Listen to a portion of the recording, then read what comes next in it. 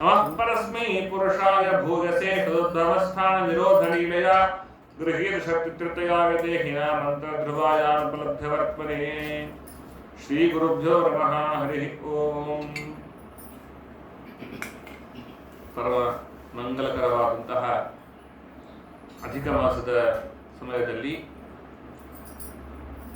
ನೀವೆಲ್ಲ ಸದ್ಭಕ್ತರು ಸೇರಿ ಭಗವಂತನ ನಾಮಸ್ಮರಣೆಯನ್ನ ಕೀರ್ತನೆಯನ್ನ ಗುಣಗಳ ಚಿಂತನೆಯನ್ನ ದಾಸರು ಅಪರೋಕ್ಷ ಜ್ಞಾನಿಗಳು ಅವರು ಮಾಡಿಕೊಟ್ಟ ಕೀರ್ತನಾ ಪರಂಪರದ ಕ್ರಮದಲ್ಲಿ ಇಷ್ಟು ಕಾಲ ಮಾಡಿದ್ದೀರಿ. ಅಧಿಕ ಮಾಸ ಪ್ರತಿ ವರ್ಷ ಬರೋಲ್ಲ, ಬರೋದೇ 3-4 ವರ್ಷಕ್ಕೊಮ್ಮೆ. ಇದಕ್ಕೆ ಅಧಿಕ ಮಾಸ ಅಂತ ಹೆಸರಿದ್ದ ಹಾಗೆ ಮಲಮಾಸ ಅಂತಲೂ ಹೆಸರಿದೆ. ಮಲಮಾಸ ಅಂದ್ರೇನು? ಕಸ ಅಂತ ಅರ್ಥ. ಮಲ ಅಂದ್ರೆ ಕಸ. ಈ ಕಸ ಒಂದು ಮಾಸಕ್ಕೆ ಹೆಸರಿಡ್ತಾರ ಕಸ ಅಂತ ಹೇಳಿ ಅಂತಂದ್ರೆ ಇಲ್ಲ. ಕಸ ಹಾಕುವ ಗಾಡಿಗೆ ಕಸದ ಗಾಡಿ ಅನ್ನುವಂತೆ ಕಸವನ್ನ, ಮಲವನ್ನ ದೇವರ ಸ್ಮರಣೆಯ ವಿಶೇಷವಾದಂತಹ ಕೀರ್ತನೆಯ ಮುಖಾಂತರವಾಗಿ ನಮ್ಮ ಪಾಪ ಎಂಬುವ ಕಸವನ್ನು ಬಿಸಾಡುವ ಮಾಸ. ಅದರಿಂದಾಗಿ ಇದಕ್ಕೆ ಮಲಮಾಸ ಅಂತ ಹೆಸರು. ಅಧಿಕ ಮಾಸ ಅಂತ ಯಾಕೆ ಹೆಸರು ಹಾಗಾದ್ರೆ ಪ್ರಶ್ನೆ. ಲೆಕ್ಕಾಚಾರ ಎಲ್ರಿಗೂ ಚೆನ್ನಾಗಿ ಗೊತ್ತೇ ಇದೆ. ಪ್ರತಿಯೊಬ್ಬರ ಕಿಸೆಯಲ್ಲಿ ದುಡ್ಡು ಲೆಕ್ಕ ಮಾಡೇ ಮಾಡ್ತೀವಿ. ಭಗವಂತನ ಲೋಕದಲ್ಲಿ ಕಾಲ ಅಂತ ಮಾಪನೆ ಮಾಡಲಿಕ್ಕೆ ಸೂರ್ಯನ ಪರ್ಯಟನವನ್ನ ಒಂದು ಇಟ್ಕೊಂಡಿದ್ದಾರೆ. ಆ ರೀತಿಯಲ್ಲಿ ಸೂರ್ಯ ಪ್ರತಿ ರಾಶಿಯನ್ನು ಸಂಕ್ರಮಣ ಮಾಡುವಾಗ ಸಂಕ್ರಮಣ ಇಲ್ಲದ ಒಂದು ತಿಂಗಳನ್ನ ಅದನ್ನ ಅಧಿಕ ಮಾಸ ಅಂತ ನಾವು ವ್ಯವಹಾರ ಮಾಡ್ತಕ್ಕಂಥವರಾಗಿದ್ದೇವೆ. ಈ ಮಾಸ ಪುರುಷೋತ್ತಮ ಮಾಸ ಅಂತ ಕರಿತಕ್ಕಂಥದ್ದಾಗಿದೆ. ಯಾಕಂದ್ರೆ ಪ್ರತಿ ಮಾಸಕ್ಕೂ ಒಬ್ಬೊಬ್ಬ ಅಭಿಮಾನಿ ಭಗವದ್ ರೂಪದ ವಿಶೇಷ ಇದ್ದಾಗ ಅಧಿಕ ಮಾಸಕ್ಕೆ ಸ್ವಯಂ ಪುರುಷೋತ್ತಮ ನಾಮಕನಾದ ಭಗವಂತನ ನಿಯಮ್ಯತ್ವ ಇರೋದ್ರಿಂದಾಗಿ ಇದಕ್ಕೆ ಪುರುಷೋತ್ತಮ ಮಾಸ ಅಂತಲೂ ಕರೀತಾ ಇದ್ದಾರೆ. ಹಾಗಾದ್ರೆ ಒಟ್ಟು ಏನು ಹೇಳಿ ಹೊರಟಿರ್ತಾರೆ ಅಂದ್ರೆ ಇದರಲ್ಲಿ ಏನ್ ಮಾಡಿದ್ರು ಒಳ್ಳೇದು, ಮಹಾಪುಣ್ಯ. ಕೆಲವರು ತಮ್ಮ ಕೈಲಾದ ಶಕ್ತಿ ಸಾಮರ್ಥ್ಯಕ್ಕನುಸಾರವಾಗಿ ಮನೆಯಲ್ಲಿಯೇ ಅಕ್ಕಿ ಇತ್ಯಾದಿಗಳನ್ನೆಲ್ಲ ತುಪ್ಪದಲ್ಲಿ ಕರೆದು ಅಪೂಪ ಮಾಡಿ ಕೊಡೋದುಂಟು. ಕೆಲವರು ಮಠದಲ್ಲಿ ಕೊಡೋದುಂಟು. ಕೆಲವರು ಅದು ಮಾಡ್ಲಿಕ್ಕೆ ಆಗದೆ ಇರೋರು ಏನ್ ಮಾಡ್ಬೇಕು ಅಂದ್ರೆ, ಯಾರು ಏನ್ ಮಾಡ್ಬೋದೋ, ಯಾರು ಏನ್ ಮಾಡ್ಲಿಕ್ಕಾಗಲ್ವೋ ಅವರೆಲ್ಲರೂ ಮಾಡ್ಬೇಕಾದ್ದು ಒಂದೇ, ಅದು ಹರಿನಾಮ ಸ್ಮರಣೆ, ಹರಿನಾಮ ಕೀರ್ತನೆ, ಹರಿನಾಮ ಧ್ಯಾನ. ಅದಕ್ಕೆ ಅಂತಹ ಹರಿನಾಮ ಸ್ಮರಣೆ ಸಂಕೀರ್ತನೆಯನ್ನು ಮಾಡಿಸುವ ಪುರಾಣ ಯಾವುದು ಅಂದ್ರೆ ಭಾಗವತ. ಅದನ್ನ ಇಲ್ಲಿ 1 ವಾರ ಕಾಲ ಶ್ರವಣ ಮಾಡಬೇಕು ಅಂತ ನೀವೆಲ್ಲ ಇಚ್ಛೆ ಮಾಡಿದ್ದೀರಿ. ಅದರಿಂದ ನಿಮ್ಮೆಲ್ಲರ ಸಂಕಲ್ಪದ ಮುಂದೆ ನಮ್ದೇನು ಅಲ್ಲ. ಆದ್ರೆ ಪಾಪ ಮಗು ಹೇಳ್ತು ಯಾರು ಸ್ಕಿಪ್ ಮಾಡಬೇಡಿ ಅಂತ. ಅದು ನಿಮಗೆ ಹೇಳಿದ್ದು, ನನಗಲ್ಲ. ಯಾಕಂದ್ರೆ ನನಗೆ ಸ್ಕಿಪ್ ಮಾಡಬೇಡಿ ಅಂದ್ರೆ 1ನೇ ಸ್ಕಂದವೇ ಮುಗಿಯೋದಿಲ್ಲ. ಅದರಿಂದ 12 ಸ್ಕಂದಗಳನ್ನು ಸಂಕ್ಷಿಪ್ತವಾಗಿ ನಿಮ್ಮ ಮುಂದೆ ತೆರೆದಿಡುವ, ಅನುವಾದ ಮಾಡುವ ಪ್ರಯತ್ನ ಹೊರತು ಪರೀಕ್ಷಿತ್ ರಾಜರು ಯಾವ ನಿಷ್ಠೆಯಿಂದ ಕೇಳಿದ್ರು ಆ ನಿಷ್ಠೆಯಿಂದ ನೀವು ಕೇಳಿದ್ರು ಕೂಡ, ಶುಕಾಚಾರ್ಯ ಯಾವ ನಿಷ್ಠೆಯಿಂದ ಹೇಳಿದ್ರು ಆ ನಿಷ್ಠೆಯಿಂದ ನಾವು ಹೇಳಲಿಕ್ಕೆ ಆಗೋಲ್ಲ. ಅದರಿಂದಾಗಿ 1 ವಾರಗಳ ಕಾಲ ಭಾಗವತ ಸಪ್ತಾಹದಲ್ಲಿ ಏನನ್ನ ಭಗವಂತ ನುಡಿಸ್ತಾರೆ ಅದರ ಅನುಸಾರವಾಗಿ ತಿಳಿದುಕೊಳ್ಳೋಣ. ಭಾಗವತ ಯಾಕೆ ಬೇಕು ಅಂತ ಪ್ರಶ್ನೆ. ಭಾಗವತ ಏನು ಮಾಡುತ್ತೆ, ಪರ್ಪಸ್ ಏನು? ಭಾಗವತ ಕೇಳಿದ್ರೆ ನಮ್ಗೆ ಏನ್ ಪ್ರಾಫಿಟ್ ಅಂದ್ರೆ, ಭಾಗವತನೇ 2ನೇ ಶ್ಲೋಕ ಹೇಳುತ್ತೆ, ಧರ್ಮ ಪ್ರೋಜ್ಜಿತ ಕೈತವ ಅತ್ರ ಪರಮಃ ನಿರ್ಮತ್ಸರಾಣಾಂ ಸತಾಂ ವೇದ್ಯಂ. ಕೈತವ ಇಲ್ಲದೆ ಇರುವ, ಕೈತವ ವರ್ಜಿತವಾದ, ಕೈತವ ಅಂದ್ರೆ ಏನು? ಕಪಟ. ಕಪಟ ಇಲ್ಲದೆ ಇರುವಂತಹ ಧರ್ಮವನ್ನ ಹೇಳಲಿಕ್ಕೆ ಹೊರಟಿದೆ ಭಾಗವತ. ಏನು ಕಪಟ ಇಲ್ಲದೆ ಇರೋದು ಅಂದ್ರೆ ಅರ್ಥ ಏನು? ನಾವು ಎಷ್ಟೋ ಸಲ ಧರ್ಮಾಚರಣೆ ಮಾಡ್ತೀವಿ, ಏಕಾದಶಿ ಉಪವಾಸ ಮಾಡ್ತೇವೆ, ಇನ್ನೊಂದೇನೋ ಮಾಡ್ತೇವೆ. ಮಾಡುವಾಗ ಸಂಕಲ್ಪ ಮಾಡುವಾಗ ಹರಿಪ್ರೇಣೆಯ ಹರಿಪ್ರೀತ್ಯರ್ಥಂ ಅಂತ ಹೇಳಿ ತುಳಸಿ ನೀರನ್ನ ಬಿಡೋದು ಎಲ್ಲರೂ ಗೊತ್ತಿದ್ದೇ ಇದೆ. ಕೈಯಿಂದ ನೀರು ಬಿಡಬೇಕಾದ್ರೂ ಕೂಡ ತಲೆಯಲ್ಲಿ ಏನಿದೆ?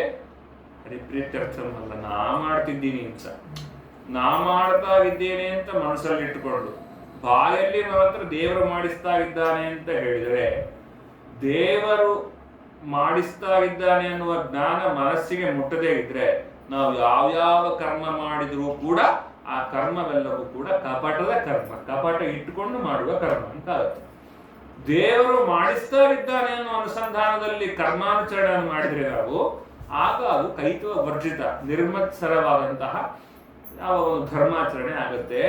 ಹಾಗಾಗಿ ಭಾಗವತ ಪರ್ಪಸ್ ಇರೋದೇ ನೀವು ಪ್ರತಿ ಕರ್ಮಾಚರಣೆ ಮಾಡಬೇಕಾದ್ರೂ ನೀವು ಮಾಡ್ತಾ ಇಲ್ಲ, ದೇವರು ಮಾಡಿಸ್ತಾ ಇದ್ದಾನೆ ಅನ್ನುವ ಬುದ್ಧಿಯನ್ನು ತರುವುದು ಅಂತ. ಧರ್ಮ ಪ್ರೋಜ್ಜಿತ ಕೈತವ ಅತ್ರ ಪರಮಃ ನಿರ್ವತ್ಸರಾಣಾಂ ಸತಾಂ ವೇದ್ಯಂ. ವಾಸ್ತವಂ ಅದು ಭಗವಂತನ ವಸ್ತು ಸ್ವರೂಪದ ಚಿಂತನೆ.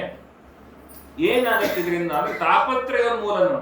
ಇದಕ್ಕೆ ಕಾರಣ ಏನು, ಇದರ ಎಫೆಕ್ಟ್ ಏನು ಅಂದ್ರೆ ತ್ರಿವಿಧ ತಾಪ, ಆಂತರಿಕ, ಭೌತಿಕ ಮತ್ತು ದೈವಿಕ. ಅಂದ್ರೆ ಆಧ್ಯಾತ್ಮಿಕ, ಆದಿ ಭೌತಿಕ, ಆದಿ ದೈವಿಕ ಅಂತ. ಏನಂದ್ರೆ ಏನೂ ಇಲ್ಲ, ಮನಸ್ಸಿನಲ್ಲಿ ಅನೇಕ ಟೆನ್ಷನ್ಗಳು, ಕಿರಿಕಿರಿಗಳು, ಹಿಂಸೆಗಳು ಇದ್ದೇ ಇರುತ್ತೆ. ಇಲ್ಲ ಸರ್ ಎಲ್ಲ ಫಸ್ಟ್ ಕ್ಲಾಸ್ ಇದೀವಿ ಅಂತ ನಾವು ಬಾಯಿ ಬಿಟ್ಟು ಕಾಫಿ ಕರೆದಾಗ ಹೇಳ್ಬೋದೇ ಹೊರತು ಒಳಗ ಮನಸ್ಸಿನಲ್ಲಿ ಸಾವಿರಾರು ಗೊಂದಲಗಳು ಇದ್ದೇ ಇರುತ್ತೆ. ಆ ಗೊಂದಲಗಳಿಗೆ ಕಾರಣವಾಗೋದೇನು ಅಂದ್ರೆ ನಾನ್ ಮಾಡ್ತಾ ಇದ್ದೇನೆ, ಅವ್ರು ಹಂಗ್ ಮಾಡ್ಬಿಟ್ಟ, ಅದನ್ನ ಮಾಡಿತು, ನನ್ನ ಮಗನೇ ಹಿಂಗ್ ಮಾಡ್ಬಿಟ್ಟ. ಇದೆಲ್ಲ ಬಂಧನಗಳು ವಾಸ್ತವ ಅಂತ ತಿಳ್ಕೊಂಡು ಯಾವುದನ್ನು ತಿಳಿಬೇಕಿತ್ತು ಅದನ್ನು ತಿಳಿಯದೇ ಇರುವ ನೆಪದಿಂದಾಗಿ ನಮಗೆ ಈ ಆದಿಭೌತಿಕ, ಆದಿದೈವಿಕ ಆದಿಗಳು ಬರುತ್ತೆ. ಹಾಗಾಗಿ ತಾಪತ್ರಯೋನ್ಮೂಲನಂ ಅದು ಮುಖ್ಯವಾದ ಉದ್ದೇಶ. ಹಾಗಾಗಿ ಹಿಂವಾಪರೈಹಿ ಇನ್ ಮಿಕ್ಕಿರ್ತಕ್ಕಂತಹ ಪುರುಷಾರ್ಥ ಅಂತ ಕರೆಸುವ ಕಾಮ ಆಗಲಿ ಅರ್ಥ ಆಗಲಿ ಏನು ಪ್ರಯೋಜನ? ಯಾಕಂದ್ರೆ ಮೋಕ್ಷ ಮುಖ್ಯ. ಧರ್ಮ, ಅರ್ಥ, ಕಾಮ, ಮೋಕ್ಷ. ಆ ಕಾಮ ಮತ್ತು ಅರ್ಥಗಳು ಧರ್ಮಕ್ಕೆ ಅನುಕೂಲವಾಗದೇ ಇದ್ರೆ ಏನ್ ತಗೊಳ್ಳೋಣ, ಏನ್ ಮಾಡೋಣ? ಅದರಿಂದಾಗಿ ಈ ಧರ್ಮವೇ ಮುಖ್ಯ. ಆ ಧರ್ಮವನ್ನು ಹೇಳಲಿಕ್ಕೆ ನಾವು ಹೊರಟಿದ್ದೇವೆ. ಭಾಗವತದ ಮೂಲ ಉದ್ದೇಶವೇ ಅಂಥ ಧರ್ಮವನ್ನು ಹೇಳಲಿಕ್ಕೆ ಹೊರಟಂಥದ್ದು. ಅದರಿಂದಾಗಿ ಸದ್ಯೋ ಹೃದಯವರುದ್ಧನೇತ್ರ ಕೃತಿವಿಹಿ ಶುಶ್ರೂಷುವಿಸ್ತಕ್ಷಣ. ಭಗವಂತನಲ್ಲಿ ಮನಸ್ಸು ಥಟ್ಟನ್ನು ನಿಲ್ಲಬೇಕು. ಹೇಗೆ ನಮಗೆ ಇದ್ದಕ್ಕಿದ್ದಂಗೆ ಯಾರೋ ಒಬ್ರು ಕಲಿಸಿದ್ರು ತಿಳ್ಕೊಳ್ಳಿ, ನಾನು ನಿಮ್ಮನ್ನು ನೋಡ್ತಾ ಇದ್ರು ಕೈ ಇಲ್ಲಿ ಹೋಗುತ್ತೆ. ಯಾಕಂದ್ರೆ ಅಷ್ಟು ಅಟೆನ್ಷನ್ ಇರುತ್ತೆ ದೇಹದಲ್ಲಿ ಅಲ್ವಾ? ಅಂದ್ರೆ ದೇಹಕ್ಕೆ ಏನು ಬೇಕೋ ಅದನ್ನು ತಕ್ಷಣ ತೆಗೆದುಕೊಳ್ಳುವ ವಿಷಯದಲ್ಲಿ, ದೇಹಕ್ಕೆ ಏನು ಬೇಡವೋ ಅದನ್ನು ತಕ್ಷಣ ನಿವೃತ್ತಿ ಮಾಡುವ ವಿಷಯದಲ್ಲಿ ಕೈ, ಕಾಲು ಇತ್ಯಾದಿ ಇಂದ್ರಿಯಗಳು ಎಷ್ಟು ತಕ್ಷಣ ಕೆಲಸ ಮಾಡುತ್ತೆ, ರೆಪ್ಪೆ ಹೇಗೆ ಕೆಲಸ ಮಾಡುತ್ತೆ. ಹಾಗೆ ಭಗವಂತನಲ್ಲಿ ಮನಸ್ಸು ತಕ್ಷಣ ನಿಲ್ಬೇಕು. ಭಗವಂತನಲ್ಲಿ ಮನಸ್ಸು ನಿಲ್ಲದೆ ಇದ್ರೆ ಪ್ರಯೋಜನವೇ ಇಲ್ಲ. ಅದಕ್ಕೆ ಆಗದೇ ಇರುವಂತದ್ದು ಎಷ್ಟಿದ್ರು ಏನು ಪ್ರಯೋಜನ? ಅದರಿಂದಾಗಿ ಈ ಭಾಗವತದ ಮೂಲ ಉದ್ದೇಶ ಏನು? ಸದ್ಯೋ ಹೃದಯ ಅವರುದ್ಧತೆ. ಭಗವಂತನ ಮನಸ್ಸು ಗಟ್ಟಿಯಾಗಿ ನಿಂತು ಬಿಡುತ್ತೆ. ಅದರಿಂದಾಗಿ ಈ ಭಾಗವತವನ್ನು ಹೇಳ್ತೇವೆ ಅಂತ ಸ್ವಯಂ ಭಾಗವತವೇ ಹೇಳ್ತಕ್ಕಂತಹ ಮಾತು. ಅದರಿಂದಾಗಿ 3ನೇ ಸ್ಕಂದದಲ್ಲಿ ಹೇಳುವಂತಹ ಯಾವ ಶ್ರೋತೃವರ್ಗ ಇದೆ ಆ ಶ್ರೋತೃವರ್ಗದವರು ಕೇಳಬೇಕಾದವರು. ಅಂದ್ರೆ 3ನೇ ಸ್ಕಂದದಲ್ಲಿ ಇದನ್ನ ಹಾರಿಸ್ಬಿಡ್ತೀವಿ. ಅದರಿಂದಾಗಿ ನಮ್ಗೇನು ಟೆನ್ಷನ್ ಬೇಡ, ನಾವು ಶ್ರೋತೃಗಳು. ಯಾಕಂದ್ರೆ ಅದ್ರಲ್ಲಿ ತುಂಬಾ ವಿಸ್ತಾರವಾಗಿ ಶ್ರೋತೃಗಳು ಹೇಗಿರಬೇಕು, ಅವರ ಗುಣಲಕ್ಷಣ ಏನು, ಅವರ ಕರ್ಮಗಳೇನು, ಅವರು ಯಾವ ಒಂದು ರೀತಿಯಲ್ಲಿರಬೇಕು ಅಂತೆಲ್ಲ ಹೇಳ್ತಾರೆ. ಹಾಗಾಗಿ ಭಾಗವತದಲ್ಲಿ ಈ ಭಗವಂತನನ್ನು ತಿಳಿಸ್ಲಿಕ್ಕೆ ಹೊರಟಿದ್ದಾರೆ ಅಂತ ಅದನ್ನೇ ಹೇಳಿದ್ರು. ಮೊದಲನೆಯ ಶ್ಲೋಕದಲ್ಲಿ ಧ್ಯಾನ ಮಾಡಬೇಕು, ಭಗವಂತನನ್ನು ಧ್ಯಾನ ಮಾಡಬೇಕು. ಎಂಥವರನ್ನು ಧ್ಯಾನ ಮಾಡಬೇಕು? ಜನ್ಮಾದ್ಯಸ್ಯ ಗತೋನ್ವಯ ಇತರತಶ್ಚಾರ್ಥೇಷ್ವಭಿಘ್ನ ಸ್ವರಾಟ್ ತೇನೆ ಬ್ರಹ್ಮ ಹೃದಯ ಆದಿಕವಯೇ ಮುಹ್ಯಂತಿ ಯಂ ಸೂರ್ಯಃ ತೇಜೋ ವಾರಿ ಮೃದಾಂ ಯಥಾ ವಿನಿಮಯಃ ಯತ್ರ ತ್ರಿಸರ್ಗೋ ಮೃಷಾ ಧಾಮ್ನಾ ಸ್ವೇನ ಸದಾ ನಿರಸ್ತಕುಹಕಂ ಸತ್ಯಂ ಪರಂ ಧೀಮಹಿ. ಶ್ರೀಮದಾಚಾರ್ಯರು ಯಾವ ಪುರಾಣಕ್ಕೂ ಇಲ್ಲದೆ ಇರುವ ಭಾಗವತ ಪುರಾಣಕ್ಕೆ ಮಾತ್ರ ತಾತ್ಪರ್ಯವನ್ನು ರಚನೆ ಮಾಡಿ ಕೊಟ್ಟಿದ್ದಾರೆ. ತಾತ್ಪರ್ಯದಲ್ಲಿ ಆಚಾರ್ಯರು ಅನೇಕ ಪುರಾಣಗಳಲ್ಲಿರುವ ಸಾರವನ್ನ, ಈ ಪುರಾಣಗಳಲ್ಲಿ ಬರುವ ತೊಡಕುಗಳಿಗೆ ಬೇರೆ ಪುರಾಣಗಳ ಮುಖಾಂತರವಾಗಿ ಉತ್ತರವನ್ನ, ಈ ಪುರಾಣದಲ್ಲಿ ನಾವು ಎಲ್ಲೆಲ್ಲಿ ಜಾರಬಹುದೋ ಅಲ್ಲೆಲ್ಲ ಜಾರದೇ ಇರುವಂತೆ ತಿಳಿಸ್ಲಿಕ್ಕೆ ಬೇಕಾದ ಅರ್ಥ ವಿಶೇಷಗಳನ್ನ, ಅದಕ್ಕೆ ಬೇಕಾದ ಸ್ಮೃತಿ, ವೇದ ಇತ್ಯಾದಿಗಳ ಸಹಕಾರವನ್ನು ತೋರಿಸಿ ನೋಡಿ ಹೀಗೆ ಅರ್ಥ ಮಾಡಿಕೊಳ್ಬೇಕು ಅಂತ ಮಕ್ಕಳಿಗೆ ಗಿಣಿಪಾಠ ಹೇಳಿದಂತೆ ಆಚಾರ್ಯ ತಾತ್ಪರ್ಯವನ್ನು ರಚನೆ ಮಾಡಿ ಕೊಟ್ಟಿದ್ದಾರೆ. ಆ ತಾತ್ಪರ್ಯದಲ್ಲಿ ಹೇಳುವಾಗ ಈ ಮಾತನ್ನು ಹೇಳ್ತಾರೆ. ಗರುಡ ಪುರಾಣ ಹೇಳ್ತಕ್ಕಂಥದ್ದಾಗಿದೆ. ಈ ಭಾಗವತ ಇದೆಯಲ್ವಾ, ಭಾಗವತ ಅಂದ್ರೆ ಸಾಮಾನ್ಯ ಭಾಗವತ ಅಲ್ಲ.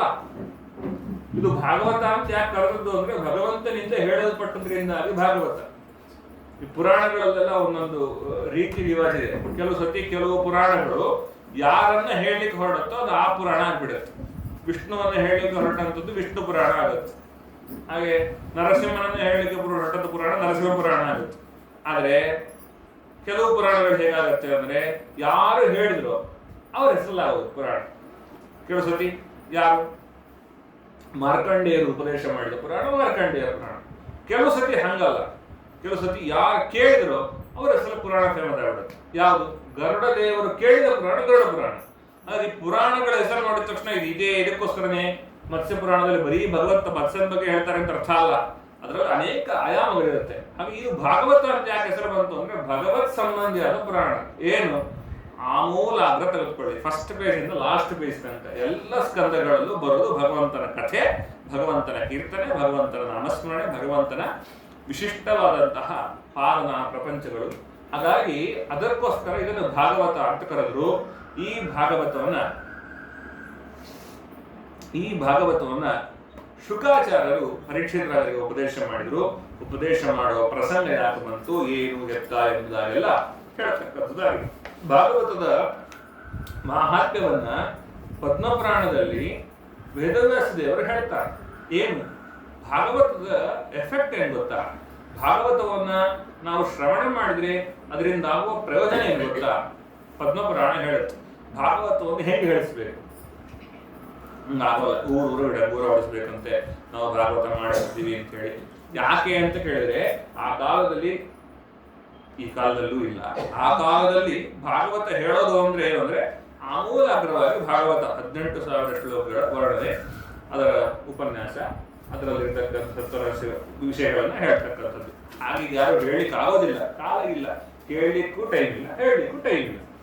ಆದ್ರೆ ಆಗ ಭಾಗವತ ಹಾಗೆ ಹೇಳ್ತಾ ಇದ್ರು. ಅಂಥವ್ರು ಸಿಗೋದು ಅಪರೂಪ ಇತ್ತು. ಅವ್ರು ಸಿಕ್ಕಾಗ ಜ್ಯೋತಿಷ್ಕರಲ್ಲಿ ಮುಹೂರ್ತವನ್ನು ತೆಗೆಸಿ ಇಂಥ ಕಾಲದಲ್ಲಿ ಹೇಳಿಸ್ತೇವೆ ಅಂತ ಹೇಳಿ ನಾನಾ ಜನರಿಗೆ ಅದರ ಅರಿವನ್ನು ಮೂಡಿಸಿ ಭಾಗವತವನ್ನ ಒಂದು ಒಳ್ಳೆ ವಿಸ್ತಾರವಾದ ಜಾಗದಲ್ಲಿ ಇಡಿಸಬೇಕು. ಭಾಗವತದ ಪ್ರಭಾವ ಏನು ಅಂದ್ರೆ ಭಾಗವತದಿಂದ ಹೋಗದೇ ಇರುವ ಪುಣ್ಯವೇ ಇಲ್ಲ, ಪಾಪವೇ ಇಲ್ಲ. ಆ ಪಾಪವನ್ನು ಮಾಡಲಿಕ್ಕೆ ಸಾಧ್ಯವಿಲ್ಲ. ಅಂಥದ್ದೊಂದು ಭಾಗವತಕ್ಕಿದೆ. ಭಾಗವತವನ್ನ ಪರೀಕ್ಷಿತರಾಜರು ಕೇಳಿದ ಮೇಲೆ ನೆಕ್ಸ್ಟ್ ಭಾಗವತ ಸಪ್ತಾಹ ಆಗಿದ್ದು ಯಾವಾಗ ಅಂದ್ರೆ 200 ವರ್ಷ ಆದ್ಮೇಲೆ. 200 ವರ್ಷದ ತನಕ ಯಾವ ಭಾಗವತ ಸಪ್ತಾಹವೂ ಆಗ್ಲಿಲ್ಲ, ಯಾಕಂದ್ರೆ ಪಾಠಗಳಿರ್ಲಿಲ್ಲ. ಹಾಗಾಗಿ ಭಾಗವತದ ಮಹತ್ತತೆಯನ್ನ, ಭಾಗವತದ ಪ್ರಗಲ್ಭತೆಯನ್ನ ಅದನ್ನ ಹೇಳಲಿಕ್ಕೆ ಪದ್ಮಪುರಾಣ ಹೊರಡುತ್ತೆ. ಅಲ್ಲಿ ತುಂಬಾ ವಿಸ್ತಾರವಾಗಿ ಹೇಳ್ತಾರೆ. ಒಟ್ಟು ಭಾಗವತವನ್ನ ಒಬ್ಬ ಬ್ರಾಹ್ಮಣ, ಗೋಕರ್ಣ ಬ್ರಾಹ್ಮಣ ಉಪನ್ಯಾಸ ಮಾಡಿದ್ದು. ಆದ್ರೆ ಉಪನ್ಯಾಸ ಮಾಡೋ ಪ್ರಸಂಗ ಏನ್ ಬಂತು ಅಂದ್ರೆ ಅವ್ರಿಗೊಬ್ಬ ಅಣ್ಣ ಇದ್ದದು ದುಂದುಕಾರಿ ಅಂತ. ಆ ದುಂದುಕಾರಿಯ ಮನೆ ಹೇಗಿತ್ತು ಮೊದಲು ಅಂದ್ರೆ ವೇದ ಪಾಠಶಾಲೆ. ಯಾವಾಗ ಬೆಳಗ್ಗೆಯಿಂದ ಸಾಯಂಕಾಲ ತನಕ ಕೂಡ ವೇದ ಮಂತ್ರಗಳು ಕೇಳಿಸ್ತಾ ಇತ್ತು. ಆ ವೇದ ಮಂತ್ರಗಳು ಕೇಳಿಸ್ತಾ ಇದ್ದ ಮನೆ ಅಪ್ಪ ಅಮ್ಮ ಹೋದ ಮೇಲೆ ಬರೀ ಕೆಟ್ಟ ಕೊಳಕ ಶಬ್ದಗಳು ಕೇಳಿಸುವಂತಹ ವಾತಾವರಣವನ್ನ ವೇಶ್ಯಾಗೃಹವನ್ನಾಗಿ ಮಾಡಿಬಿಡ್ತಾರೆ. ಹಾಗಾಗಿ ಒಂದು ಕಾಲದಲ್ಲಿ ವೇದ ಶಬ್ದಗಳು ಕೇಳ್ತಾ ಇದ್ದ ಮನೆ ಇವತ್ತಿಗೆ ನಾನಾ ಕಲಹ ಶಬ್ದಗಳಿಂದಾಗಿ ತೋರಿರ್ತಕ್ಕಂಥದ್ದು. ಅವನ ಆ ಬ್ರಾಹ್ಮಣ್ಯದಲ್ಲಿ ಮಾಡಬಾರದ ಕೆಲಸಗಳನ್ನೆಲ್ಲ ಮಾಡಿರ್ತಕ್ಕಂಥದ್ದು ಆ ಪಾಪಗಳ ಬಲದಿಂದಾಗಿ ಒಂದು ಕಾಲದಲ್ಲಿ ಏನೇ ಆಗಿ ಹೋಯಿತು ಅಂದ್ರೆ ಆ ಹೆಣ್ಣು ಮಕ್ಕಳಿಂದಲೇ ಅವನು ಸತ್ವದ.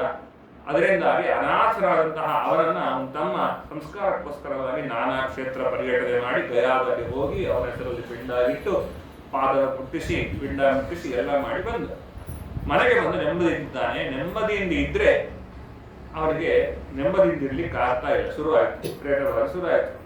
ಮನೆಯಲ್ಲಿ ಎಲ್ಲ ಕೆಲವು ಸತಿ ಹೇಳ್ತಾರೆ ಜ್ಯೋತಿಷ್ಕರು, ಇಲ್ಲ ಅಲ್ಲಿಗೆ ಹೋಗ್ರಿ, ಶ್ರಾದ್ದ ಮಾಡ್ಕೊಂಡು ಬರ್ರಿ, ನಿಮ್ಗೆ ಯಾರೋ ಪಿತೃಗಳ ಸಮಸ್ಯೆ ಆಗಿದೆ. ಯಾಕಂದ್ರೆ ಅದು ಅಶಾಂತಿ ನಮ್ಮಲ್ಲಿ ಬರ್ಬೇಕು ಅಂದ್ರೆ ಯಾರಿಗೋ ಅಶಾಂತಿ ಆಗಿರ್ಬೇಕು.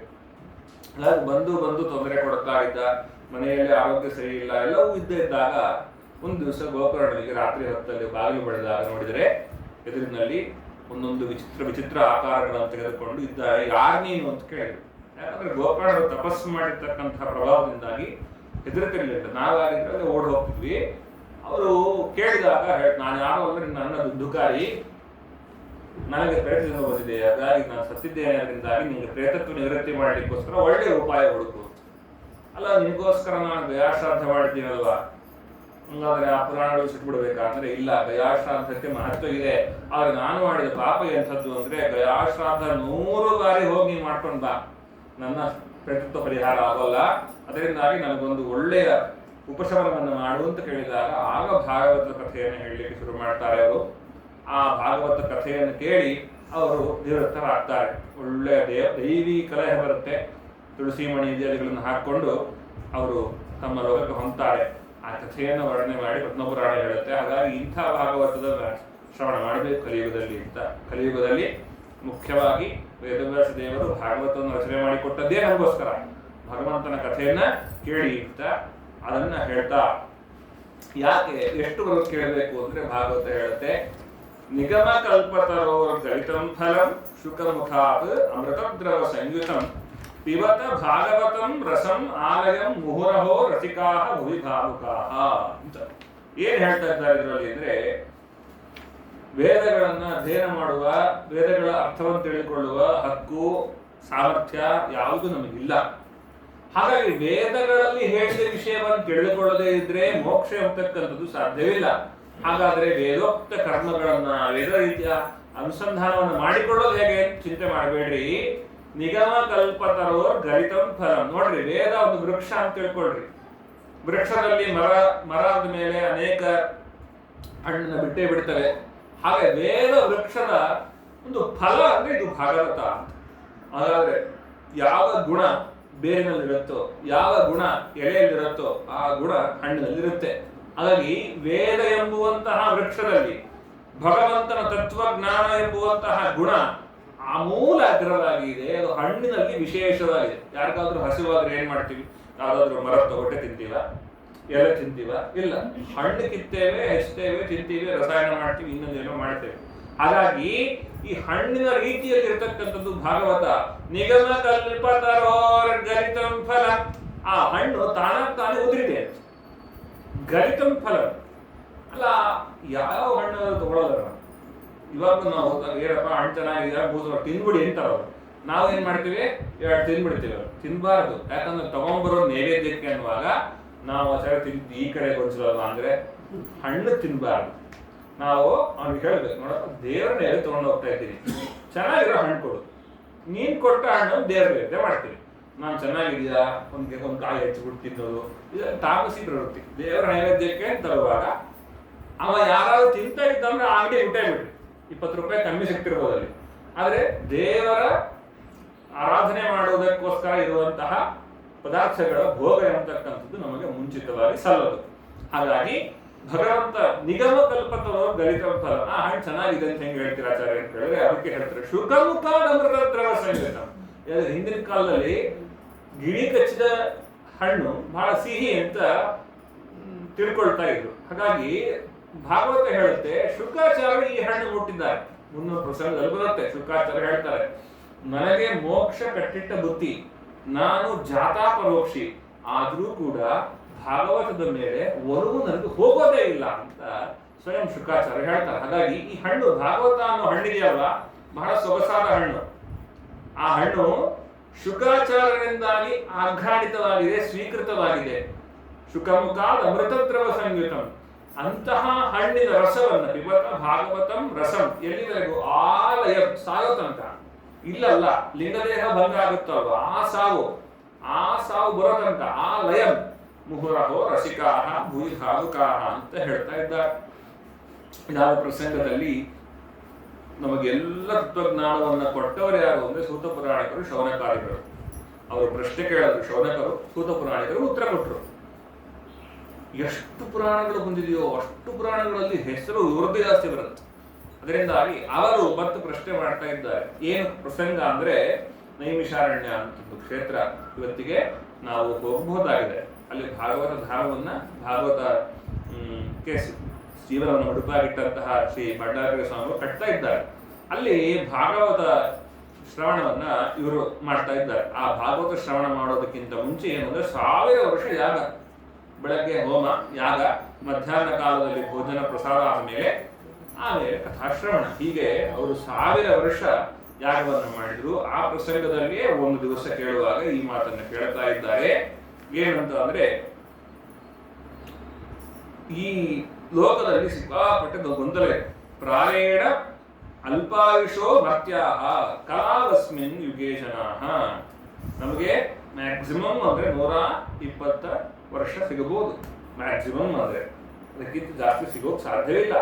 ಅದರಲ್ಲೂ ಜಂಜಾಟ, ನೋವು, ಹಾಸಿಗೆ, ನಿದ್ದೆ ಇದೆಲ್ಲ 7ನೇ ಸ್ಕಂದದಲ್ಲಿ ಹೇಳ್ತಾರೆ. ಏನೇನು ನಮ್ಮ ದಿನಚರಿಗೆ ಟ್ರ್ಯಾಕ್ ರೆಕಾರ್ಡ್ ಮಾಡಿ ಇವತ್ತಿನ ಹೇಗೆ ಏನಂತಾರೆ ಸಮರೈಸ್ ಮಾಡಿ ಹೇಳ್ತಾರಲ್ಲ ಹಾಗೆ ಹೇಳ್ತಾರೆ ಪ್ರಹ್ಲಾದರಾಜರು. ಹಾಗಾಗಿ ಅದರಲ್ಲಿ ತುಂಬಾ ಕಮ್ಮಿ ಸಿಗೋದು ಅಲ್ಪಾಯುಷರು. ಅಂಥವ್ರು ಮಂದರು ಹೋಗ್ಲಿ, ಬಹಳ ಬುದ್ಧಿವಂತರು ಅಂದ್ರೆ ಬೇರೆ ಪ್ರಶ್ನೆ. ಮಂದರು ಅವರೆಲ್ಲ ಮಂದಭಾಗ್ಯರು, ಅವರೆಲ್ಲ ಉದ್ಧಾರ ಆಗೋದು ಹೇಗೆ? ಹಾಗಾಗಿ ಬ್ರೂಹಿ ಭದ್ರಾಯ ಭೂತಾನ, ಜಗತ್ತಿನಲ್ಲಿರುವ ಎಲ್ಲರಿಗೂ ಅನುಕೂಲವಾಗುವಂತಹ ಒಂದು ವಿಷಯವನ್ನು ತಿಳಿಸ್ರಿ. ಏನು? ನಿನಗೆಲ್ಲ ಗೊತ್ತಿದೆ. ಸೂತ ಜಾನಾಸಿ ಭದ್ರಂತೆ ಭಗವಾನ್ ಸರ್ಪತಾಂಪತಿ, ಭಗವಂತನ ಎಲ್ಲ ಕರ್ಮವನ್ನು ತಿಳಿದಿದ್ದವನಾಗಿದ್ದೀರಿ ನೀವು. ಅದರಿಂದಾಗಿ ನಮ್ಮ ಒಳಿತಿಗೋಸ್ಕರವಾಗಿ ಹೇಳ್ರಿ, ಅವನು ಯಾವ ಅವತಾರ ತೆಗೆದುಕೊಂಡ, ಏನು ಮಾಡಿದ, ಯಾವ ಉಪದೇಶದಿಂದಾಗಿ ನಾವು ಉದ್ಧಾರ ಆಗಬಹುದು. ಕಲಿಮಾಗತ ಅಜ್ಞಾತ ಕ್ಷೇತ್ರೇಸ್ಮಿನ್ ವೈಷ್ಣವೇ ವಜಂ ಆಸೀನಾಹ ದೀರ್ಘಸತ್ರೇಣ. ನೋಡ್ರಿ, ಯಾವ ಪುರಾಣದಲ್ಲೂ ಸಿಗೋಲ್ಲ. ಭಗವಂತ ಹೇಳುತ್ತೆ, ನೈಮಿಷಾರಣ್ಯಕ್ಕೆ ಹೋಗಿ ಅವರು 1000 ವರ್ಷ ಯಾಗ ಮಾಡಬೇಕಾದ ಪ್ರಸಂಗ ಏನು ಅಂತ ಕೇಳಿದ್ರೆ ಕಲಿಯುಗ ಆರಂಭ ಆಗಿ ಹೋಗಿದೆ. ಬೇರೆ ಕ್ಷೇತ್ರದಲ್ಲಿ ಹೋದ್ರೆ ಸಾಧ್ಯವಿಲ್ಲ. ಅದರಿಂದಾಗಿ ಇಲ್ಲಿ ಬಂದಿದ್ದೇವೆ. ಅದರಿಂದಾಗಿ ಭಗವಂತ ಏನೇನು ವಿಚಿತ್ರ ಚರಿತ್ರೆಯನ್ನ ತೋರಿಸಿದ್ದಾನೆ ಅದನ್ನ ಹೇಳಿ ಅಂತ ಕೇಳಿದಾಗ ಆಗ ಸೂತ ಪುರಾಣಿಕರು ತಮ್ಮ ಗುರುಗಳಾದಂತಹ ಶುಕಮುನಿಗಳನ್ನು ನೆನೆಸಿಕೊಳ್ಳುತ್ತಾ ಇದ್ದಾರೆ. ಅವರ ಸ್ತೋತ್ರವನ್ನು ಮಾಡುತ್ತಾ ಇದ್ದಾರೆ. ಆ ಸ್ತೋತ್ರವನ್ನು ಮಾಡಿ ಅವರು ಮುಂದಕ್ಕೆ ಹೇಳಿ ಹೊರಟಿದ್ದಾರೆ. ಯಾರು ಶುಕಾಚಾರ್ಯರು? ಏನು ಪ್ರಸಂಗ? ಭಾಗವತ ಹೇಳ್ತು.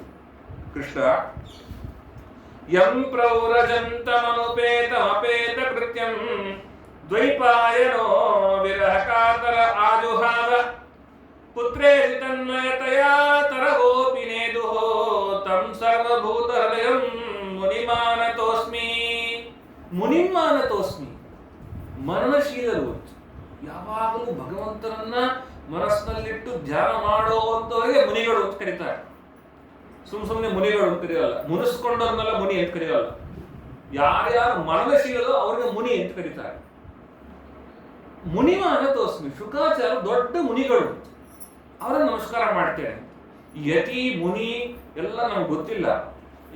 ಗೋಯತಿ ವರದೇಂದ್ರ ಮುನೀಂದ್ರ ಅಂತ ಹಿಂಗೆಲ್ಲ ಬರುತ್ತೆ. ಏನು ಸ್ವಾಮಿಗಳು ಅಂತ ಹಾಕ್ಬಿಟ್ಟಿದ್ದಾರೆ ದಾಸರು ಅಲ್ಲ. ಪ್ರತಿಯೊಂದು ಶಬ್ದಕ್ಕೂ ಅರ್ಥ ವ್ಯತ್ಯಾಸ ಇದೆ. ಮುನಿ ಅಂದ್ರೆ ಮನನಶೀಲರು ಅಂತ ಅರ್ಥ. ತಂ ಸರ್ವಭೂತ ಹೃದಯಂ ಮುನಿಂ ಆನತೋಸ್ಮಿ. ಎಲ್ಲರ ಮನಸ್ಸಿನ ಒಳಗಿರುವಂತಹ ಮನಸ್ಸು ಏನ್ ಮಾಡತ್ರಿ? ಮನನ ಮಾಡುತ್ತಲ್ವಾ? ನನ್ನ ಕಾರ್ ಹೊರಡೆ ಇದೆ, ನನ್ನ ಕೀ ಇಲ್ಲಿದೆ, ಇದು ಮನನನೇ. ಒಂದ್ಸತಿ ಗೊತ್ತಾಗುತ್ತೆ ಸರ್ ಕೀ ಇಲ್ಲಿದೆ, ಆಮೇಲೆ ಪ್ರತಿಸಲನು ಮನಸ್ಸು ಬರುತ್ತಲ್ಲ, ಕೀ ಎಲ್ಲಿದೆ ಅಂತ ಕೇಳಬೇಕಾದ್ರೆ ಮನಸ್ಸಲ್ಲಿ ಹೋಗುತ್ತೆ, ನನ್ನ ಕೀ ಅಲ್ಲಿದೆ. ಇದು ಪ್ರತಿಶತನೂ ಮನಸ್ಸು ಒಂದೊಂದು ಚಿಂತನೆ ಮಾಡುತ್ತಲ್ವ, ಅದನ್ನು ಮನನ ಅಂತ ಕರೀತಾರೆ. ರಿಪಿಟೇಷನ್, ಒಂದೇ ವಿಷಯದ ರಿಪಿಟೇಷನ್ ಆದ್ರೆ ಅದರದ್ದೇ ರಿಪಿಟೇಷನ್ ಆಗಿ ನಮ್ಗೆ ತಿಳುವಳಿಕೆ ಬಂದ್ರೆ ಅದನ್ನ ಮನನ ಅಂತ ಕರೀತಾರೆ. ಹಾಗೆ ತಂ ಸರ್ವಭೂತ ಹೃದಯ, ಎಲ್ಲ ಜೀವರಾಶಿಗಳ ಮನಸ್ಸಿನಲ್ಲಿದ್ದು ಮನನ ಮಾಡಿಸುವ, ಮನನ ಮಾಡುವ ಮುನಿಯನ್ನು ನಮಸ್ಕಾರ ಮಾಡ್ತೇನೆ ಅಂತ. ಏನು ಪ್ರಸಂಗ ಅದು ತುಂಬಾ ಚೆನ್ನಾಗಿದೆ. ವೇದವ್ಯಾಸ ದೇವರಿಗೆ ಶುಕಾಚಾರ್ಯರು ಮಕ್ಕಳು. ಶುಕಾಚಾರ್ಯರು ಅಂದ್ರು, ಅಪ್ಪ ನಾನು ಅವತಾರ ಮಾಡಿದ್ದೆ ಸನ್ಯಾಸ ತೆಗೆದುಕೊಳ್ಳಿಕ್ಕೋಸ್ಕರ, ಸನ್ಯಾಸ ತೆಗೆದುಕೊಳ್ತೀನಿ. ವೇದವ್ಯಾಸ ದೇವರು ಸ್ವಯಂ ಭಗವಂತನ ಅವತಾರ ಆದ್ರಿಂದಾಗಿ ಅವರಿಗೆ ಶುಕಾಚಾರ್ಯ ಮೇಲೆ ಎಷ್ಟು ಪ್ರೀತಿ ಇತ್ತು ಅಂತ ತೋರಿಸ್ಲಿಕ್ಕೋಸ್ಕರ ನಾಟಕ ಮಾಡ್ತಾರೆ. ನಾಟಕ ಮಾಡೋದು ಅನ್ನೋದು ದೊಡ್ಡವರ ಸ್ವಭಾವ. ದೊಡ್ಡವರು ಯಾವತ್ತೂ ನಾಟಕ ಮಾಡ್ತಾರೆ, ಅದು ಯಾವತ್ತೂ ಸರಿ ಇರೋದಿಲ್ಲ. ವೇದವ್ಯಾಸ ದೇವರು ನಾಟಕ ಮಾಡಿದ್ರು. ಏನ್ ನಾಟಕ ಮಾಡಿದ್ರು? ನಾನು ಸನ್ಯಾಸ ತೆಗೆದುಕೊಳ್ತೀನಿ ಅಂತ ಮಗ ಹೊರಟ್ರೆ ಎಲ್ಲ ಅಪ್ಪ ಅಮ್ಮಂದ್ರೆ ಏನ್ ಮಾಡ್ತಾರೆ? ಬೇಡ ಅಂತ ಕರೀತಾರೆ, ಹೌದಿಲ್ಲ? ಮಧ್ವಾಚಾರ್ಯರು ಹಾಗೆ ಮಾಡಿದ್ರು, ಸನ್ಯಾಸ ತೆಗೆದುಕೊಳ್ಳಬೇಡ ಬೇಡ ಅಂತ. ಹಾಗೆ ಶುಕಾಚಾರ್ಯರು ಸನ್ಯಾಸ ತೆಗೆದುಕೊಳ್ತೀನಿ ಅಂತ ಹೋದಾಗ ತಮಗೇನೋ ವಿರಹ ಆಯ್ತು. ಆ ವಿರಹ ವ್ಯಕ್ತಪಡಿಸ್ಲಿಕ್ಕೋಸ್ಕರ ಅಯ್ಯೋ ಮಗನೇ ಅಂತ ಕರೀದ್ರು ಅಂತ ಅದನ್ನೇ ಹೇಳ್ತಾರೆ ಭಾಗವತ. ಶುಕ ಎಂ ಪ್ರೌರಜಂತ, ಹೋಗ್ತಾ ಇರುವ ಅನುಪೇತ ಅಪೇತ ಕೃತ್ಯಂ ದ್ವೈಪಾಯನೋ ವಿರಹ ಕಾತರ ಅಜುಹಾವ. ವಿರಹ ಒಂದು ನಾವು ಮಕ್ಕಳನ್ನು ಕರಿತೀವಲ್ವ, ಯಾವ ಮಗನೇ ಅಂತ ಕರೆಯಲ್ವ, ಆ ಮಗನೇ ಬೇರೆ. ನಾವು ಕರೆಯುವಾಗ ಎಲೆ ಪುತ್ರ ಮಗನೇ ಅನ್ನುವ ಒಂದು ಹಾರ್ದ ಭಾವದಿಂದ ಕರೆಯುವಾಗ ಅಪ್ಪ ಅನ್ನಲ್ವಾ, ಹಾಗಂದ್ರು. ಯಾವಾಗಂದ್ರು? ಅವ್ರು ಹೊಟ್ಟೋಗಿದ್ದಾರಲ್ವ, ಅವ್ರು ಅನ್ನೋದು ಹೇಗೆ ಅಂತ ಕೇಳಿದ್ರೆ, ದ್ವೈಪಾಯನೋ ವಿರಹ ಕಾತರ ಆಜುಹಾವ ಪುತ್ರ ಅಂತ ಹೇಳಿ ಅದಕ್ಕೆ ಉತ್ತರ ಕೊಟ್ಟದ್ದು ಎಲ್ಲಿಂದ ಅಂದ್ರೆ, ಎಲ್ಲ ಮರಗಳಿದ್ವು ಅಲ್ಲ, ಬಾದರ ವೃಕ್ಷಗಳು, ಆ ವೃಕ್ಷಗಳ ಒಳಗಿಂದ ಒಂದು ಶಬ್ದ ಬಂತಂತೆ, ಅಪ್ಪ ಅಂತ. ಯಾಕೆ? ಯಾವ ಶುಕಾಚಾರ್ಯರು ಮೂಲಭೂತ ರುದ್ರದೇವರು ಅವರು ಸಕಲ ಪ್ರಾಣಿ ಹೃದಯಗಳ ಮಧ್ಯದಲ್ಲಿ ಭಗವಂತನ ಧ್ಯಾನ ಮಾಡ್ತಾ ಇರ್ತಕ್ಕಂಥವರು, ಮನೋನಿಯಾಮಕರು. ಆದ್ದರಿಂದಾಗಿ ಅವರು ಏನ್ ಮಾಡ್ತಾ ಇದ್ದಾರೆ? ತರಗೋಪಿ ನೇದುಹು ತಂ ಸರ್ವಭೂತ ಹೃದಯಂ, ಎಲ್ಲ ಪ್ರಾಣಿಗಳ ಮನಸ್ಸಿನಲ್ಲಿರುವಂತಹ ಮುನಿ ಶುಕಾಚಾರ್ಯರಿಗೆ ನಮಸ್ಕಾರ ಮಾಡ್ತೀನಿ ಅಂತ ತಮ್ಮ ಗುರುಗಳನ್ನು ನೆನೆಸ್ಕೊಂಡ್ರು. ಯಾಕೆ? ಶುಕಾಚಾರ್ಯರು ಉಪದೇಶ ಮಾಡುವಾಗ ಮುಂದೆ ಬರುತ್ತೆ ಯಾರ್ಯಾರಿದ್ರು ಅಂತ. ಆ ಸಂದರ್ಭದಲ್ಲಿ ಸೂತ ಪ್ರಾಣಿಕರು ಹೋಗಿ ಉಪನ್ಯಾಸ ಕೇಳಿದರು. ಪರೀಕ್ಷಿತ್ ರಾಜ ಒಬ್ಬನೇ ಕೇಳಿದ್ದಲ್ಲ, ಪರೀಕ್ಷಿತ್ ರಾಜನ ಜೊತೆಗೆ ದೊಡ್ಡ ದೊಡ್ಡ ಜ್ಞಾನಿಗಳು ಕೇಳಿದ್ದಾರೆ. ಅದರಲ್ಲಿ ಸೂತ ಪ್ರಾಣಿಕರು ಒಬ್ಬರು. ಅದರಿಂದಾಗಿ ಭಾಗವತ ಉಪನ್ಯಾಸ ಮಾಡುವುದಕ್ಕಿಂತ ಮುಂಚೆ ಅವರ ಗುರುಗಳಾದಂತಹ ಶುಕಾಚಾರ್ಯರನ್ನು ನೆನಪಿಸಿಕೊಳ್ತಾ ಇದ್ದಾರೆ, ಸ್ಮರಿಸಿಕೊಳ್ತಾ ಇದ್ದಾರೆ, ನೆನೆಸಿಕೊಳ್ತಾ ಇದ್ದಾರೆ. ಒಳ್ಳೆ ಪ್ರಶ್ನೆ ಕೇಳಿದ್ರಿ. ಯತ್ಕೃತ ಕೃಷ್ಣ ಸಂಪ್ರಶ್ನ, ಭಗವಂತನ ಬಗ್ಗೆ ಏನ್ ಪ್ರಶ್ನೆ ಕೇಳೋದು ತುಂಬಾ ಒಳ್ಳೆಯದು. ಮತ್ತು ಭಗವಂತ ಇದ್ದಾನೋ ಇಲ್ವೋ ಅನ್ನೋ ಪ್ರಶ್ನೆ ಅಲ್ಲ, ಭಗವಂತ ಹೆಂಗಿದ್ದಾನೆ, ಭಗವಂತನ ಚರಿತ್ರೆ ಏನು, ಅದರ ಬಗ್ಗೆ ಯಾವ ಪ್ರಶ್ನೆ ಕೇಳಿದ್ರು ಕೂಡ ಯಾವತ್ತೂ ಅದು ಒಳ್ಳೇದೇ. ಯಾಕೆ ಅಂದ್ರೆ ಹೇಳ್ತಾರೆ, ವಾಸುದೇವೇ ಭಗವತಿ ಭಕ್ತಿ ಯೋಗ ಪ್ರಯೋಜಿತ ಜನಗತ್ಯಾಶು ವೈರಾಗ್ಯಂ ಜ್ಞಾನಂಚ ಯಥಹೈತುಕಂ. ಏನಂದ್ರೆ ಭಗವಂತನ ವಿಷಯದಲ್ಲಿ ಏನ್ ಭಕ್ತಿ ಬರುತ್ತಲ್ವ, ನೀವು ಕೇಳ್ತಿರಲ್ವ, ತಿಳ್ಕೊಳ್ಬೇಕು ಅಂತ ಆಸಕ್ತಿ ಬರುತ್ತಲ್ವ, ಅದರ ಮೇನ್ ಪರ್ಪಸ್ ಎಲ್ಲಿ ಪರಿಸಮಾಪ್ತಿ ಆಗುತ್ತೆ ಅಂದ್ರೆ ವೈರಾಗ್ಯ ಕಡೆ ತಿರುಗುತ್ತೆ. ಭಗವಂತ ಬೇಕು ಅನ್ನುವಾಗ ಭಗವಂತನ ಸೃಷ್ಟವಾದ ಈ ಕ್ಷುಲ್ಲಕವಾದ ಸುಖಗಳು ಬೇಡ ಅಂತ ವೈರಾಗ್ಯ ಬರುತ್ತೆ, ಜ್ಞಾನ ಬರುತ್ತೆ. ಅದಕ್ಕೆ ತಿರುಗೋದ್ರಿಂದ ಆಗಬೇಕು. ಹೌದು, ಹಂಗಾಗಿತ್ತು, ಹಂಗಾಗಿ ನಾವು ಪ್ರಶ್ನೆ ಕೇಳ್ತಾ ಇರಲಿಲ್ಲ, ನಮಗೆ ಬೇಡವೇ ಬೇಡ ಇದು ಅಲ್ಲ. ಅದಕ್ಕೆ ಹೇಳ್ತಾರೆ, ಒಂದು ವೇಳೆ ದೇವರಲ್ಲಿ ನಿನಗೆ ಭಕ್ತಿ ಬಂದ ಮೇಲೆ ವಿರತಿ ಬರಲಿಲ್ಲ ಸಂಸಾರದಲ್ಲಿ ಅಂದ್ರೆ ಪ್ರಯೋಜನವೇ ಇಲ್ಲ ಅಂತ. ಧರ್ಮ, ಎಷ್ಟು ಧರ್ಮಾಚರಣೆ ಮಾಡಿ, ಧರ್ಮಸ್ವನುಷ್ಠಿತ ಪುಂಸಾಂ ವಿಶ್ವಕ್ಸೇನ ಕಥಾಶ್ರಯಾಂ. ಭಗವಂತನನ್ನೇ ನಿರ್ಮಿಸ್ಕೊಂಡು ಎಲ್ಲ ಕೆಲಸವನ್ನು ಮಾಡು, ಎಲ್ಲ ಧರ್ಮಾಚರಣೆ ಮಾಡು, ಉಪಚಾರಗಳನ್ನೆಲ್ಲ ಮಾಡು. ಆದ್ರೆ ನೋತ್ಪಾದಯೇ ಯದಿರತಿ, ಭಗವಂತನಲ್ಲಿ ಭಕ್ತಿಯನ್ನು ತರದೇ ಇದ್ರೆ ಆ ಕರ್ಮ ಶ್ರಮಯೇವ ಹಿ ಕೇವಲಂ. ನಂತರ ಏನೋ ಹೇಳ್ತಾರಲ್ವ, ನದಿಯಲ್ಲಿ ಹೋಮ ಮಾಡಿದ್ರೆ, ಭಸ್ಮದಲ್ಲಿ ಹೋಮ ಮಾಡಿದ್ರೆ, ಈಗ ಒಂದು ಗಾಳಿಗಳಿರ್ತಾವ, ಎಲ್ಲ ಗಾಳಿಗಳನ್ನು ಅಂಟಿಸ್ಕೊಳ್ಳಿಕ್ಕೆ ಶ್ರಮಯೇವ ಹಿ ಕೇವಲಂ. ಬೆಳಗ್ಗೆ ಎದ್ದೆ, 5 ಗಂಟೆಗೆ ಎದ್ದೆ, ರಾತ್ರಿ 11 ಗಂಟೆ ತನಕ ಧ್ಯಾನ ಮಾಡದೆ, ಭಜನೆ ಮಾಡದೆ, ಎಲ್ಲವೂ ಭಗವಂತನಲ್ಲಿ ಭಕ್ತಿಯನ್ನ ಹುಟ್ಟಿಸ್ಲಿಲ್ಲ ಅಂದ್ರೆ ಪರಿಪೂರ್ಣ ಶ್ರಮ ಅಷ್ಟೇ ಅದು ಅಂತ ಭಾಗವತ ಹೇಳ್ತಾರೆ.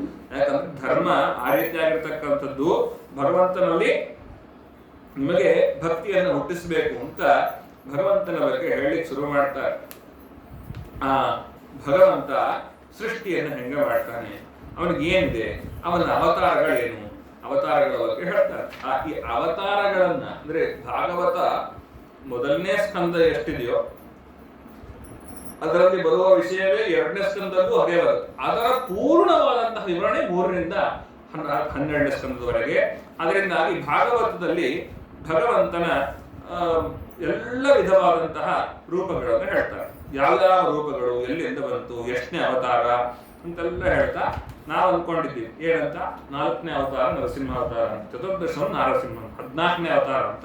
ಅಂದ್ರೆ ಭಗವಂತ ಮಲ್ಕೊಂಡಿದ್ದಾಗ ಫಸ್ಟ್ ಶೂನ್ಯ ನಾಮಕ ಭಗವಂತ, ಹಾಗೆ ಅಲ್ಲಿಂದ ಶುರುವಾಗ್ತಾ ಬರುತ್ತೆ. ಹಾಗಾಗಿ ಎಲ್ಲ ಕಪಿಲನಾಗ ಬರುವಾಗ ಎಲ್ಲ ಅವತಾರಗಳನ್ನ ಹೇಳಿದ ಮೇಲೆ ಹಾಗೆ ಪ್ರಶ್ನೆ ಮಾಡ್ತಾರೆ, ಇದೆಲ್ಲ ನೀವು ಹೇಗೆ ತಿಳ್ಕೊಂಡ್ರಿ, ಇದೆಲ್ಲ ನಮ್ಗೆ ನಾರದರು ಹೇಳಿದ್ರು, ಇದು ಇವರಿಂದ ಉಪದೇಶ ಬಂತು. ಇದನ್ನ ಬಾದರಾಯಣ ಅರ್ಥಾತ್ ವೇದವ್ಯಾಸ ದೇವರು ಇವರಿಗೆ ಶುಕಾಚಾರ್ಯ ಹೇಳಿದ್ರು, ಶುಕಾಚಾರ್ಯರು ನಮ್ಗೆ ಉಪದೇಶ ಮಾಡಿದ್ದಾರೆ ಅಂತ ಹೀಗೆ ಹೇಳಿದಾಗ ಇನ್ನಿಷ್ಟು ಒಂದು ಆನಂದ ಉಂಟಾಗುತ್ತೆ. ಶುಕಾಚಾರ್ಯರು ಭಾಗವತ ಉಪನ್ಯಾಸವನ್ನು ಮಾಡ್ತಾ ಸಪ್ತಾಹ ಮಾಡಿದ್ರು ಅಂತ ಹೇಳ್ತೀರಿ. ಶುಕಾಚಾರ್ಯ ಬಗ್ಗೆ ಈಗಾಗಲೇ ನಾವು ಒಂಚೂರು ತಿಳ್ಕೊಂಡಿದ್ದೇವೆ. ಕರೆಕ್ಟ್ ಇದೆಯಾ ವಿಷಯ ಏನು? ಶುಕಾಚಾರ್ಯರು ಒಂದು ಮನೆಯ ಮುಂದೆ ಎಷ್ಟು ಕಾಲ ಕಳೀತಾ ಇದ್ರು? ನಾವೇನಾದ್ರು ಪ್ರತಿಯೊಬ್ಬರ ಮನೆಗೆ ಹೋದ್ರೆ ಏನ್ ಮಾಡ್ತೀವಿ, ಒಂದು ಅರ್ಧ ಗಂಟೆ ಇರ್ತೀವಲ್ವಾ. ಶುಕಾಚಾರ್ಯದ ಹಾಗಲ್ಲ. ಶುಕಾಚಾರ್ಯರು ಅವರ ಮನೆ ಎದುರುಗಡೆ ಯಾವ್ದಾದ್ರು ಹಸು ಇದ್ರೆ, ಹಸು ಹಾಲು ಕರೀತಾ ಇದ್ರೆ, ಆ ಹಾಲು ಕರೆಯುವುದು ಮುಗಿಸುವ ಸಮಯನೂ ಒಂದು ಮನೆ ಮುಂದೆ ಇರ್ತಿರ್ಲಿಲ್ಲ. ನಾವೇನ್ ಮಾಡ್ತೀವಿ, ಪರವಾಗಿಲ್ಲ ಹಾಲು ಕಾಫಿ ಮಾಡಿ, ಟೀ ಮಾಡಿ, ಎಲ್ಲ ಮಾಡ್ಕೊಂಡು ಅಲ್ಲ. ಶುಕಾಚಾರ್ಯರು ಒಂದು ಹಸುವಿನ ಹಾಲು ಕರೆಯುವ ಸಮಯಕ್ಕೆ ಎಷ್ಟು ಸಮಯ ಬೇಕೋ ಅಷ್ಟಕ್ಕಿಂತ ಕಮ್ಮಿ ಸಮಯ ಒಂದು ಮನೆಯಲ್ಲಿ ಇರ್ತಿದ್ರು. ಅಂಥವರು ಪರೀಕ್ಷಿತರಾಜರಿಗೆ 7 ದಿವಸ ಒಂದು ಕಡೆ ಇದ್ದು ಹೇಳಿದ್ರು ಅಂದ್ರೆ ಎಂಥ ಭಾಗವತ ಅದು ಅಂತ. ಸೊ ವ್ಯಕ್ತಿತ್ವದ ಮೇಲೆ ಡಿಪೆಂಡ್ ಆಗುತ್ತೆ. ಶುಕಾಚಾರ್ಯ ಎಂಥ ವ್ಯಕ್ತಿಗಳು ಅಂದ್ರೆ ಹೇಳ್ತಾರೆ, ಸಗೋದೋಹನ ಮಾತ್ರನ್ಹಿ ಗೃಹೀಷು ಗೃಹಮೇಧಿನಾಂ ಅವೇಕ್ಷೇತೆ ಮಹಾಭಾಗ. ಆ ಒಂದ್ ಯಾರ್ದಾದ್ರು ಮನೆ ಮುಂದೆ ಹೋಗಿ ಅವ್ರು ಏನಾದ್ರು ಬೇಡಿದ್ರು ಅಂದ್ರೆ ಅವ ತಂದು ಕೊಡೋದಕ್ಕೆ ಅಷ್ಟು ಸಮಯ ಮಾಡಿದ್ರು ಹೊರಟೋಗ್ಬಿಡ್ತಿದ್ರು ಮುಂದಕ್ಕೆ. ಅಲ್ಲಿಗೆ ಅವನು ವೇಷ್ಟೆ. ಅವನ ಶುಕಾಚಾರ್ಯಗೆ ಅವನೇನು ದಾನ ಪಾತ್ರೆಗಳನ್ನು ಕೊಡಬೇಕಿತ್ತು, ಕೊಡ್ಲಿಲ್ಲ ಅಂದ್ರೆ ವ್ಯರ್ಥವೇ ಸರಿ. ಅಂತಹ ಶುಕಾಚಾರ್ಯರು ಪರೀಕ್ಷಿತ ರಾಜನಿಗೋಸ್ಕರವಾಗಿ 7 ದಿವಸ ಮುಡುಪಾಗಿಡೋದು ಅಂದ್ರೆ ಏನು? ಹಾಗಾದ್ರೆ ಆ ಕಥೆಯನ್ನು ವಿಸ್ತಾರವಾಗಿ ಹೇಳಿ ಅಂತ ಪ್ರಾರ್ಥನೆ ಮಾಡಿದಾಗ ಆಗ ಹೇಳ್ತಾರೆ, ನೋಡ್ರಿ, ಮೊದಲು ದ್ವಾಪರದಲ್ಲಿ ವೇದವ್ಯಾಸ ದೇವರ ಅವತಾರ ಆಯಿತು. ಅವರು ಸರಸ್ವತಿ ನದಿ ತೀರದಲ್ಲಿ ಶಮ್ಯಪ್ರಾಸದಲ್ಲಿ ಇದ್ರು. ಆ ಶಮ್ಯಪ್ರಾಸದಲ್ಲಿ ಇದ್ದಾಗ ಒಮ್ಮೆ ಏನಾಯ್ತು ಅಂದ್ರೆ ಎಲ್ಲ ಕೃತಿಗಳನ್ನು ರಚನೆ ಮಾಡಿ, ಎಲ್ಲ ಪುರಾಣಗಳನ್ನು ರಚನೆ ಮಾಡಿದ ಮೇಲೂ ಕೂಡ ಅವರಿಗೆ ಏನೋ ತೃಪ್ತಿ ಬರ್ತಾ ಇಲ್ಲ. ಕೆಲವು ಸತಿ ನಮಗೂ ಇರುತ್ತೆ, ಊಟ ಎಲ್ಲ ಆಗ್ಬಿಟ್ಟಿರುತ್ತೆ, ಎಲ್ಲ ಇರುತ್ತೆ, ತೃಪ್ತಿನೇ ಆಗಿಲ್ಲ. ಎಲೆ ಅಡಿಕೆ ತರಲ್ಲ ಅಂತ ಅನ್ಸುತ್ತಲ್ವಾ? ಹಾಗೆ ಎಲ್ಲ ಮಾಡಿದ್ರು ಕೂಡ ವೇದವ್ಯಾಸ ದೇವರಿಗೆ ಒಂದು ತೃಪ್ತಿ ಇಲ್ಲ, ಬಹಳ ಬೇಸರ ಆಗ್ತಾ ಇದೆ. ನಾರದರು ಬಂದ್ರು ಆ ಸಮಯದಲ್ಲಿ. ನಾರದರು ಕೇಳ್ತಾರೆ, ಸ್ವಾಮಿ, ನಿಮ್ಮದು ಅರಿಯದೇ ಇರೋದು ಏನಿದೆ? ನಿಮ್ಮ ತಿಳುವಳಿಕೆಗೆ, ನಿಮ್ಮ ಜ್ಞಾನಕ್ಕೆ ನಿಲುಕದೇ ಇರೋದೇನಿದೆ? ಅದರಿಂದಾಗಿ ನೀವೆಲ್ಲ ತಿಳಿದವರಾಗಿದ್ದೀರಿ, ಆದರೂ ನಿಮ್ಮ ಹತ್ರ ಹೇಳ್ತೇನೆ. ಯಾಕೆ? ಈ ಎಲ್ಲ ಕೆಲಸವನ್ನ ಮಾಡಿದ ಮೇಲೂ ಕೆಲವರು ನಿಮಿತ್ತ ಮಾಡಿಕೊಂಡು ಕೆಲವೊಂದು ಮಾಡ್ತಾರೆ ವೇದವ್ಯಾಸ ದೇವರು. ವೇದವ್ಯಾಸ ದೇವರಿಗೆ ಅಜ್ಞಾನ ಇತ್ತು ಅಂತ ಅರ್ಥ ಅಲ್ಲ. ಏನಂದ್ರೆ ಭಾಗವತ ರಚನೆ ಮಾಡಿ ಅಂತ ಪ್ರೇರೇಪಣೆ ಮಾಡಿದ್ ನಾರದರು. ಭಾಗವತ ರಚನೆ ಮಾಡಿ ಅಂತ ಪ್ರೇರೇಪಣೆ ಮಾಡಿದ್ ನಾರದರು. ನಾರದರು ಹೇಳ್ತಾರೆ, ಸ್ವಾಮಿ, ನೀವೆಲ್ಲ ಮಾಡಿದವರಾಗಿದ್ದೀರಿ, ಆದರೂ ನಿಮಗೆ ಏನು ಅರಿಯದೇ ಇರೋದಿಲ್ಲ. ಭಾಗವತವನ್ನು ರಚನೆ ಮಾಡ್ರಿ. ಭಾಗವತದಲ್ಲಿ ಬರುವಂತಹ ನಿಮ್ಮ ಗುಣ, ಕೀರ್ತನೆ, ನಾಮಸ್ಮರಣೆ ಇವುಗಳಿಂದಾಗಿ ಅನೇಕ ವಿಧವಾದಂತಹ ಪ್ರಯೋಜನಗಳು ಇವೆ. ಏನು ಪ್ರಯೋಜನ?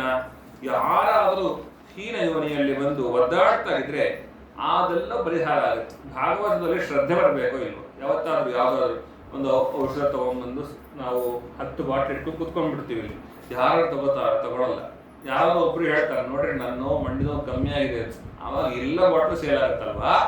ಹಾಗಾದ್ರೆ ಭಾಗವತ ರಚನೆ ಮಾಡಿ ಆ ಪ್ರಾಡಕ್ಟ್ ನಿಮ್ ಮುಂದೆ ಕೊಟ್ರೆ ಅದನ್ನ ತಗೊಳ್ಬೇಕಾದ್ರೆ, ಅಂದ್ರೆ ಭಾಗವತ ಸ್ವೀಕರಿಸಬೇಕಾದ್ರೆ, ಭಾಗವತ ಬೇಕು ಅಂತ ಕೇಳಬೇಕಾದ್ರೆ ಜನರಿಗೆ ಯಾವುದಾದ್ರೂ ಉದಾಹರಣೆ ಬೇಕಲ್ವನಾದರೆ ಅಂತ ಸಂಶಯ ಬಂದಾಗ ಪ್ರಶ್ನೆಗೆ ಉತ್ತರ ಕೊಡ್ತಾರೆ.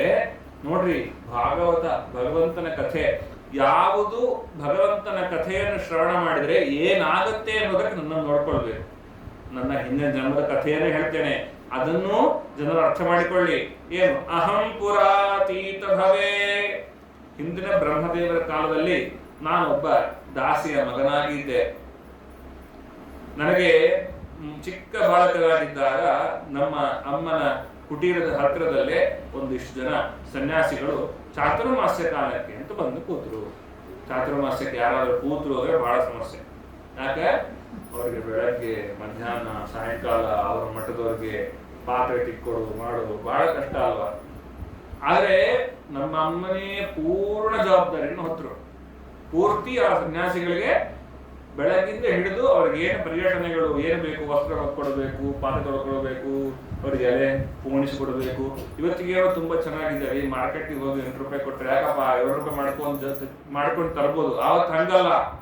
ಅವರಿಗೆ ಎಲೆ ಬೇಕು ಅಂದ್ರೆ ಕಾಡಿಗೆ ಹೋಗಬೇಕು, ಅಲಿಬೇಕು, ಒಳ್ಳೆ ಎಲೆ ಹುಡುಕಬೇಕು, ಅದನ್ನು ಒದ್ದೆ ಮಾಡಬೇಕು ಮತ್ತು ಒಣಗಿಸ್ಬೇಕು, ಅದನ್ನು ಸಪಾಟ್ ಮಾಡಿ ಅದಕ್ಕೆ ಒಂದಕ್ಕೊಂದಕ್ಕೂ ಪೋಣಿಸಿ ಸಾರು ಸೋರ್ದೇ ಇರುವ ರೀತಿಯಲ್ಲಿ ಎಲೆ ಮಾಡಬೇಕು. ಇಷ್ಟು ಎಲೆ ಮಾಡಿ ಒಬ್ಬ ಸನ್ಯಾಸಿಗಳಿಗೆ ಕೊಡಬೇಕು. ನಾವು ಇಷ್ಟೆಲ್ಲ ಕೆಲಸವನ್ನು ಪರಿಭಾಗವನ್ನು ಅಮ್ಮ ನನ್ನ ಕರ್ಕೊಂಡು ಮಾಡ್ತಿದ್ರು. ಆಗ ಅವರ ಊಟ ಮಾಡಿ ಉಳಿದಂತಹ ಎಲೆಯನ್ನು ಎತ್ತಿದ್ದೀನಿ ನಾನು ಅಂತ ಹೇಳ್ತಾರೆ. ಉಚ್ಚಿಷ್ಟಲೇಪನಾನುಮೋದಿತೋ ದ್ವಿಜೈಹಿ ಸಕೃಚ್ಛ ಭೃಂಜೆ. ಒಂದೇ ಹೊತ್ತು ಊಟ, ಮತ್ತೆ ಒಂದೇ ಹೊತ್ತು ಊಟ. ಯಾಕಂದ್ರೆ ಸನ್ಯಾಸಿಗಳು ಅಂದ್ರೆ ಒಂದೇ ಹೊತ್ತು ಊಟ, ಹಾಗಾಗಿ ನಮಗೂ ಒಂದೇ ಹೊತ್ತು ಊಟ. ಅವ್ರಿಗೆ ಏನ್ ಬೇಕು ಎಲ್ಲ ಮಾಡ್ತಿದ್ವಿ. ಅವ್ರಿಗೆ ಊಟ ಆದ್ಮೇಲೆ ಎಲೆ ಬೆಳಿತಿದ್ದೆ, ಎಲ್ಲವನ್ನ ಮಾಡ್ತಿದ್ದೆ. ಅವರಲ್ಲಿ ಒಬ್ರು ನನ್ನ ನೋಡಿದ್ರು. ಪಾಪ ಚಿಕ್ಕ ಹುಡುಗನಾಗಿದ್ದುಕೊಂಡು ಇಷ್ಟೆಲ್ಲ ಕೆಲಸ ಮಾಡ್ತೀಯಲ್ಲ ಕಂದ, ಹಾಗಾದ್ರೆ ನಿನಗೆ ದೇವರ ಒಲಿತಾನಪ್ಪ. ಹಾಗಾದ್ರೆ ದೇವರು ಏನು, ಯಾರು ಅಂತ ಕೇಳಿದಾಗ ಅವರು ನನಗೆಲ್ಲ ವಿಸ್ತಾರವಾಗಿ ಹೇಳಿದ್ರು. ಇದೆಲ್ಲ ಮುಗಿಸಿ ಅವರು ಹೋಗಬೇಕಾದ್ರೆ ಒಂದು ಮಾತನ್ನು ಹೇಳಿಕೊಟ್ಟು ಹೋದ್ರು. ನೋಡಪ್ಪ, ನಮೋ ಭಗವತೆ ತುಭ್ಯಂ ವಾಸುದೇವಾಯ ಧೀಮಹಿ ಪ್ರದ್ಯುಮ್ನಾಯ ಅನಿರುದ್ಧಾಯ ನಮಃ ಸಂಕರಾಯ ಚ. ಈ ಮಂತ್ರವನ್ನು ಹೇಳಿಕೋ. ಈ ಮಂತ್ರವನ್ನೇ ನಿರಂತರ ಧ್ಯಾನ ಮಾಡಿಕೋ.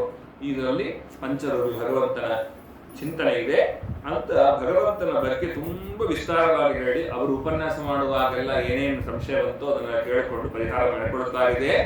ಅವರು ಚಾತುರ್ಮಾಸ ಮುಗಿಸಿ ಹೋದ್ರು. 4 ತಿಂಗಳಾದ ಮೇಲೆ ಅವ್ರು ಹೋದ ಮೇಲೆ ನಮ್ಮಮ್ಮ ಒಂದು ದಿವಸ ಹಾಲು ಕರೀತಾ ಇದ್ರು.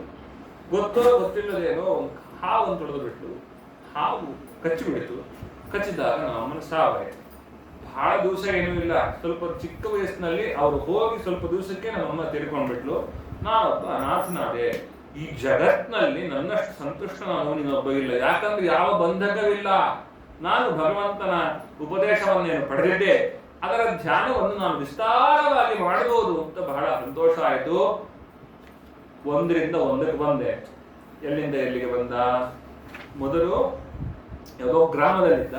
ಗ್ರಾಮದಿಂದ ಅವರು ಕೆಳಗೆ ಡಿಮೋಷನ್, ವಾಟಿಯಿಂದ ಕೇಟ, ಕೇಟದಿಂದ ಅರಣ್ಯ. ಏನ್ ವ್ಯತ್ಯಾಸ? ಸ್ಕಂದಪುರಾಣ ಹೇಳುತ್ತೆ, ಕೇಟ, ವಾಟಿ, ಗ್ರಾಮ ಅಂತ ಇದನ್ನ ದಾಟಿ ನಗರ ಪತ್ತನ, ಇಷ್ಟು ವ್ಯತ್ಯಾಸ ಇದೆ.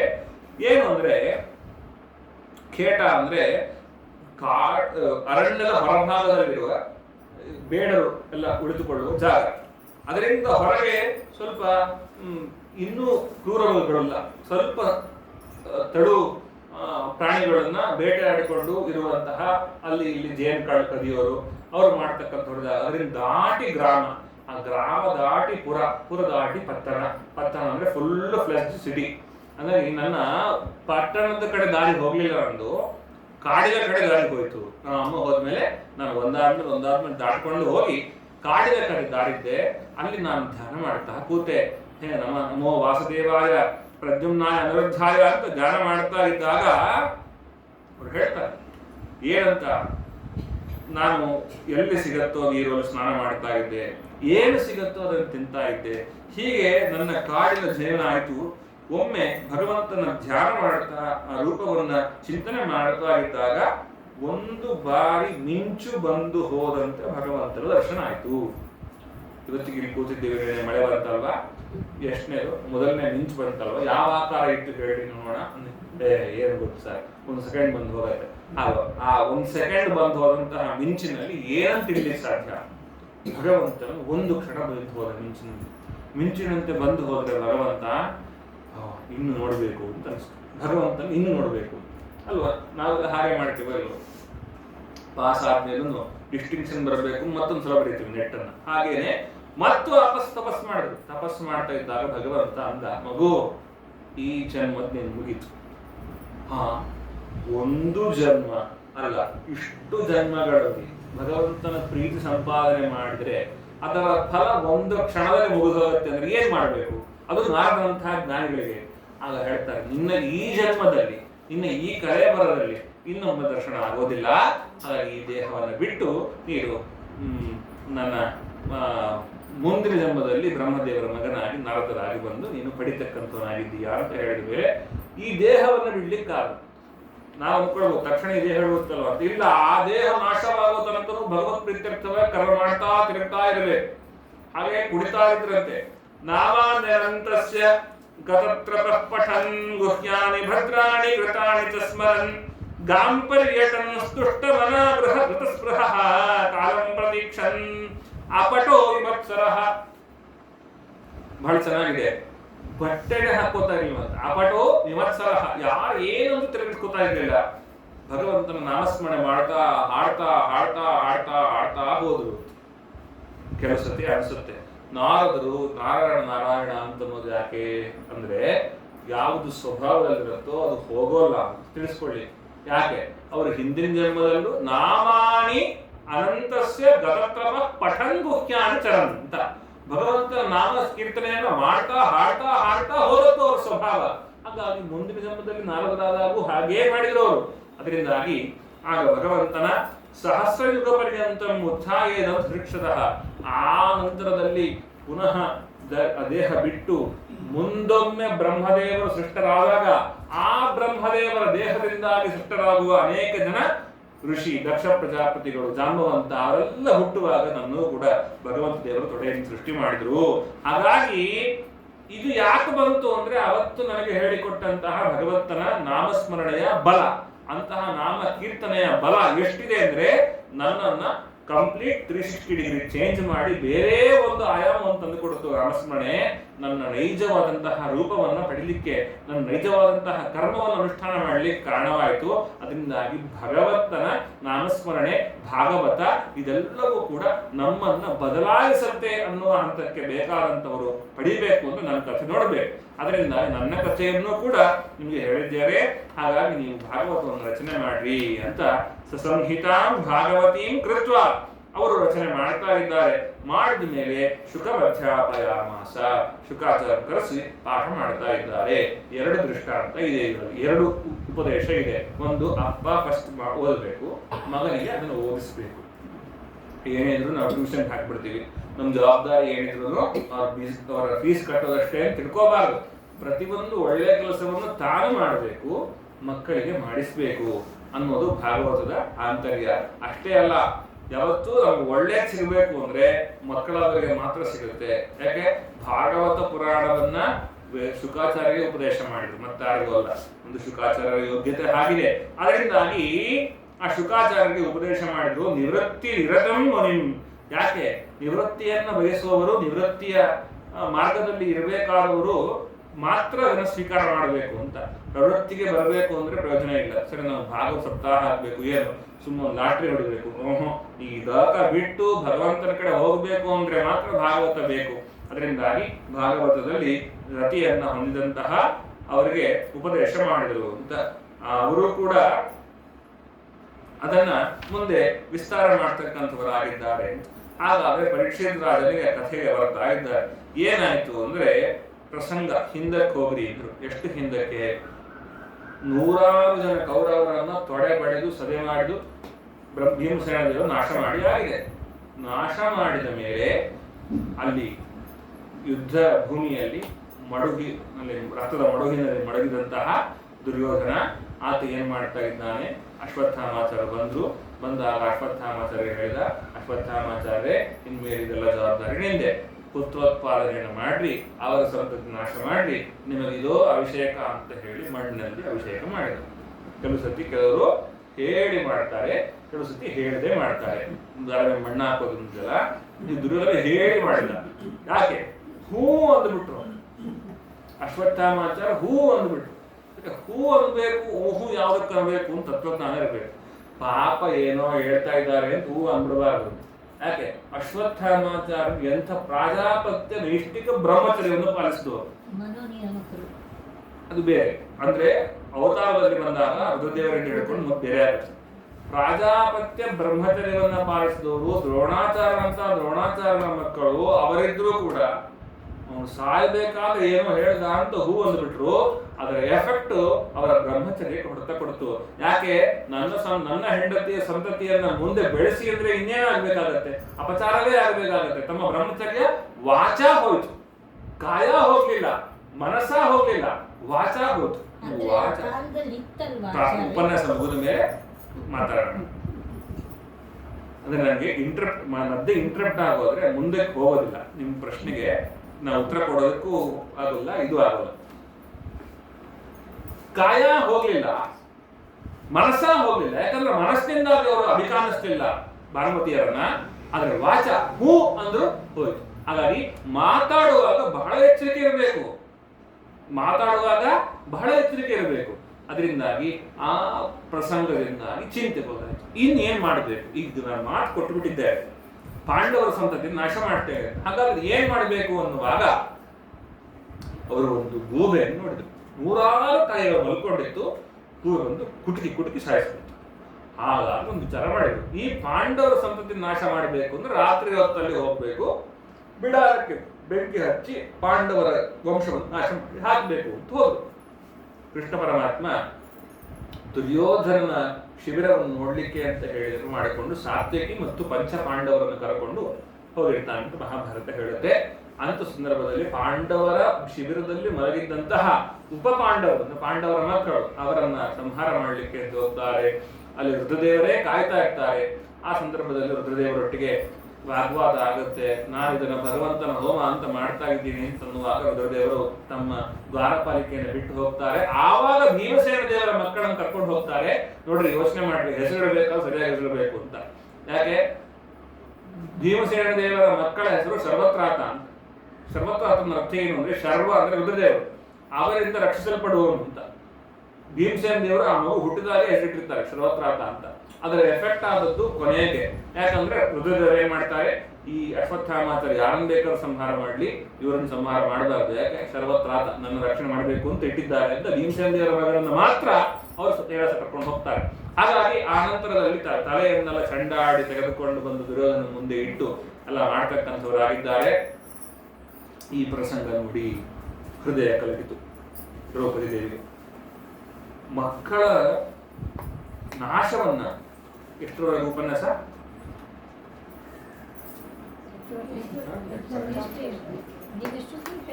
ಓ, ಕಷ್ಟ ಆಗುತ್ತೆ. ನಂಗೂ ಮನೆಗೆ ಹೋಗಿ ಕಷ್ಟ ಆಗುತ್ತೆ, ನೀವು ಮನೆಗೆ ಹೋಗಿ ಕಷ್ಟ ಆಗುತ್ತೆ. 5 ಕಾಲ ಆಯ್ತು ಅದಕ್ಕೆ ಕೇಳಿದ್ರೆ. ಕೃಷ್ಣ ಮುಂದಕ್ಕೆ ಹೋಗೋಣಂತೆ. ದ್ರೌಪದಿ ದೇವಿಗೆ ಬಹಳ ಹೃದಯ ಕಲಕತ್ತೆ. ದ್ರೌಪದಿ ದೇವಿಯರು ಹೇಳ್ತಾರೆ, ಯಾರು ನಾಶ ಮಾಡಿದ್ದಾರೆ ಅವರನ್ನು ಮಾತ್ರ ಉಳಿಸಬಾರದು ಅಂತ.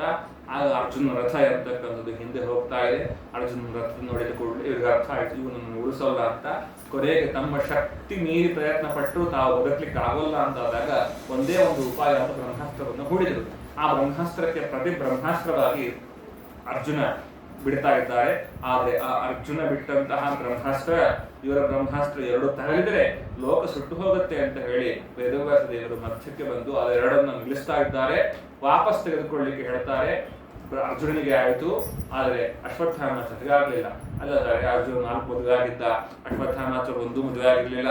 ಆಗ ಬ್ರಹ್ಮಚರ್ಯವನ್ನ ಕಳ್ಕೊಂಡ್ರು ಅರ್ಥ ಏನು ಅಂತಂದಾಗ ಆಗ ಹೇಳಿದ ಪ್ರಸಂಗದಿಂದಾಗಿ ಅಶ್ವತ್ಥಾಮಾಚಾರ್ಯರು ಬ್ರಹ್ಮಚರ್ಯ ಲೋಪವಾದ ಪ್ರಯುಕ್ತ ಅದನ್ನು ತೆಗೆದುಕೊಳ್ಳಿಕ್ಕೆ ಆಗಲಿಲ್ಲ. ಅರ್ಜುನ ತನ್ನ ಭಾರ್ಯೆಯನ್ನು ಬಿಟ್ಟು ನುಡಿದವರನ್ನೆಲ್ಲರನ್ನೂ ಕೂಡ ಮಾತೃ ಸಮಾನವಾಗಿ ನೋಡಿರುವ ಕಾರಣದಿಂದಾಗಿ ಬ್ರಹ್ಮಚರ್ಯ ನೈಷ್ಠಿಕವಾಗಿತ್ತು. ಅದರಿಂದಾಗಿ 2 ಬ್ರಹ್ಮಾಸ್ತ್ರಗಳನ್ನು ತಾತ್ಕಾಲಿಕವಾಗಿ ಅವನು ಹಿನ್ನೆಲೆ ತೆಗೆದುಕೊಳ್ತಾ ಇದ್ದಾನೆ. ಹಾಗಾದ್ರೆ ದ್ರೌಪದಿ ದೇವಿಯರು ಹೇಳ್ತಾರೆ, ಏನ್ ಮಾಡಬೇಕು ಅಂತ ಕೇಳಿದಾಗ, ಕೊಲ್ಲಲ ಅಂತ ಕೇಳಿದಾಗ ಹೇಳ್ತಾರೆ, ನೋಡಿ, ಬ್ರಾಹ್ಮಣನಿಗೆ ಕೊಲ್ಲುವಿಕೆ ಅನ್ನೋದು ಸರೋದಿಲ್ಲ. ಅಷ್ಟೇ ಅಲ್ಲ, ಇವತ್ತಿಗೆ ನಾನು ನನ್ನ ಮಕ್ಕಳನ್ನು ಕಳ್ಕೊಂಡು ಏನು ಅನುಭವಿಸ್ತಾ ಇದ್ದೀನಿ, ಈ ದುಃಖವನ್ನ ಕೃಪಾದೇವಿಯರು ಇನ್ನೂ ಬದುಕಿದ್ದಾರೆ, ಕೃಪಾ ಮಾತೆ ಅವರಿಗೆ ನಾನು ಇದು ಕೊಡ್ಬೇಕಾ, ಅದರಿಂದ ಇವರನ್ನು ಕೊಲ್ಲೋ ಸಲ್ಲೋದಲ್ಲ ಅಂತಂದಾಗ ಆಗ ಭೀಮಸೇನ ದೇವರು ಹೇಳ್ತಾರೆ, ಇವರ ಈ ಮಣಿ ಇದೆಯಲ್ವಾ, ಮಣಿಯನ್ನು ಕಿತ್ಕೊಳ್ಳೋಣ ಅಂತ. ಆ ಮಣಿಯನ್ನು ಕಿತ್ತಿ, ಅಂದ್ರೆ ಬ್ರಾಹ್ಮಣನಿಗೆ ದ್ರವ್ಯ ಅಪಹಾರ ಅಂತಕ್ಕಂಥ ದೋಷ ಅಂದ್ರೆ ಅದು ದಂಡ ಅಂತ ದಂಡ ಸಂಹಿತೆ ಹೇಳಿದೆ. ಹಾಗಾಗಿ ಇವರ ಜನ್ಮತಃ ಸಿಕ್ಕಂತಹ ಮಣಿಯನ್ನ ತೆಗೆದುಕೊಳ್ತಾರೆ. ಆನಂತರ ಅಶ್ವತ್ಥಾಮಾಚಾರ್ಯನ ಕಳಿಸ್ತಾರೆ. ಆ ಬ್ರಹ್ಮಾಸ್ತ್ರ ಹಾಗೆಯೇ ಉಳ್ಕೊಂಡಿರುತ್ತೆ, ಅದು ಕಾಯ್ತಾ ಇರುತ್ತೆ. ಆಗ ಇವರ ರಾಜ್ಯಭಾರ ಆಗುವಾಗ 5 ಜನಕ್ಕೂ ಬಂದು ವಿಪರೀತವಾಗಿ ಹಿಂಸೆ ಮಾಡುತ್ತೆ. ಆದ್ರೆ ಅವರ ಶಕ್ತಿಯಿಂದಾಗಿ ಆ ಬ್ರಹ್ಮಾಸ್ತ್ರವನ್ನು ಮೆಟ್ಟಿಕೊಳ್ತಾರೆ. ಆದ್ರೆ ಉತ್ತರಾದೇವಿ ಗರ್ಭ ಏನಿದೆ, ಆ ಗರ್ಭಕ್ಕೆ ಬಂದು ಆ ಸಂಹಾರ ಮಾಡುವ ಸೂಚನೆ ಬಂದಾಗ ಉತ್ತರಾದೇವಿ ಬಂದು ಕರೆಕೊಳ್ತಾಳೆ, ಭಗವಂತ ನೀನೇ ನನ್ನ ರಕ್ಷಣೆ ಮಾಡಬೇಕು ಅಂತ. ಆಗ ಭಗವಂತ ಸುದರ್ಶನ ಚಕ್ರದಿಂದಾಗಿ ತಾತ್ಕಾಲಿಕವಾಗಿ ಆ ಬ್ರಹ್ಮಾಸ್ತ್ರವನ್ನು ಹಿಮ್ಮೆಟ್ಟಿಸ್ತಾನೆ. ಅನಂತರದಲ್ಲಿ ಪೃಥಾದೇವಿ ಅರ್ಥಾತ್ ಕುಂತಿ ಅವಳು ಸ್ತೋತ್ರ ಮಾಡ್ತಕ್ಕಂಥದ್ದಾಗಿದ್ದಾಳೆ. ಬಹಳ ಚೆನ್ನಾಗಿದೆ ಆ ಸ್ತೋತ್ರ ಪ್ರಪಂಚ. ಹೇಳ್ತಾಳೆ, ಅಪ್ಪ ನನ್ಗೆ ಎಷ್ಟು ಕಾಲ ಎಷ್ಟೆಷ್ಟು ಕಷ್ಟ ಬಂದಿದೆಯೋ ಅಷ್ಟೂ ಕಷ್ಟವನ್ನು ನೀನೇ ಒಂದು ಪರಿಹಾರ ಮಾಡಿದ್ದಿ. ಬಹಳ ಚೆನ್ನಾಗಿದೆ ಆ ಪ್ರಸಂಗ. ಅದ್ರಲ್ಲಿ ಅವರು ಹೇಳುವ ಮಾತು ಏನು, ವಿಶಾಲ್ ಮಹಾಗ್ನೇ ಪುರುಷಾದ ದಂಶನಾತ್ ಅಸತ್ಸಭಯ ವಾಸವ ಸಕೃಚ್ಛತಃ. ಎಷ್ಟು ಪ್ರಸಂಗ. ನನ್ನ ಮಕ್ಕಳಿಗೆ ವಿಷ ಹಾಕಿದ್ರು, ಆವಾಗ ನೀನು ಕಾಪಾಡಿದ್ದೀಯ. ಬೆಂಕಿ ಇಟ್ರು ಮನೆಗೆ, ಆವಾಗ ಕಾಪಾಡಿದ್ದೀಯ. ಎಂಥೆಂತಹ ಪುರುಷರನ್ನು ಕಳಿಸಿದ್ರು ಕೊಲ್ಲಿಕ್ಕೆ ಅಂತ, ಆವಾಗ ಕಾಪಾಡಿದ್ದೀಯ. ಸಭೆಯಲ್ಲಿ ಅವಮರ್ಯಾದೆ ಮಾಡಿದ್ರು, ಆವಾಗ ಕಾಪಾಡಿದ್ದೀಯ. ಅಷ್ಟ್ಯಾಕೆ ಇವತ್ತಿಗೆ ಆ ದ್ರೋಣ ಪುತ್ರ ಅಶ್ವತ್ಥಾಮಾಚಾರ್ಯ ಬಿಟ್ಟರೆ ನನ್ನ ಮೊಮ್ಮಗಳನ್ನು ಕಾಪಾಡಿದ್ದಿ. ಏನ್ ಪ್ರೀತಿಯಪ್ಪ ನಮ್ಮ ಮೇಲೆ ನಿನ್ಗೆ. ಹಾಗಾಗಿ ನಿನಗೆ ನಾನು ಮುಂದೆ ಒಂದು ಹೇಳ್ಬಹುದು, ನಮಸ್ಕಾರವನ್ನು ಮಾತ್ರ ಹೇಳಿ ಸಾಧ್ಯ. ಅದರಿಂದ ಕೃಷ್ಣ ಒಂದು ರಿಕ್ವೆಸ್ಟ್ ಏನು, ವಿಪದ ಸಂತುನ ಶಾಶ್ವತ, ನಂಗೆ ಪದೇ ಪದೇ ತೊಂದರೆ ಬರ್ತಾ ಇರಲಿ.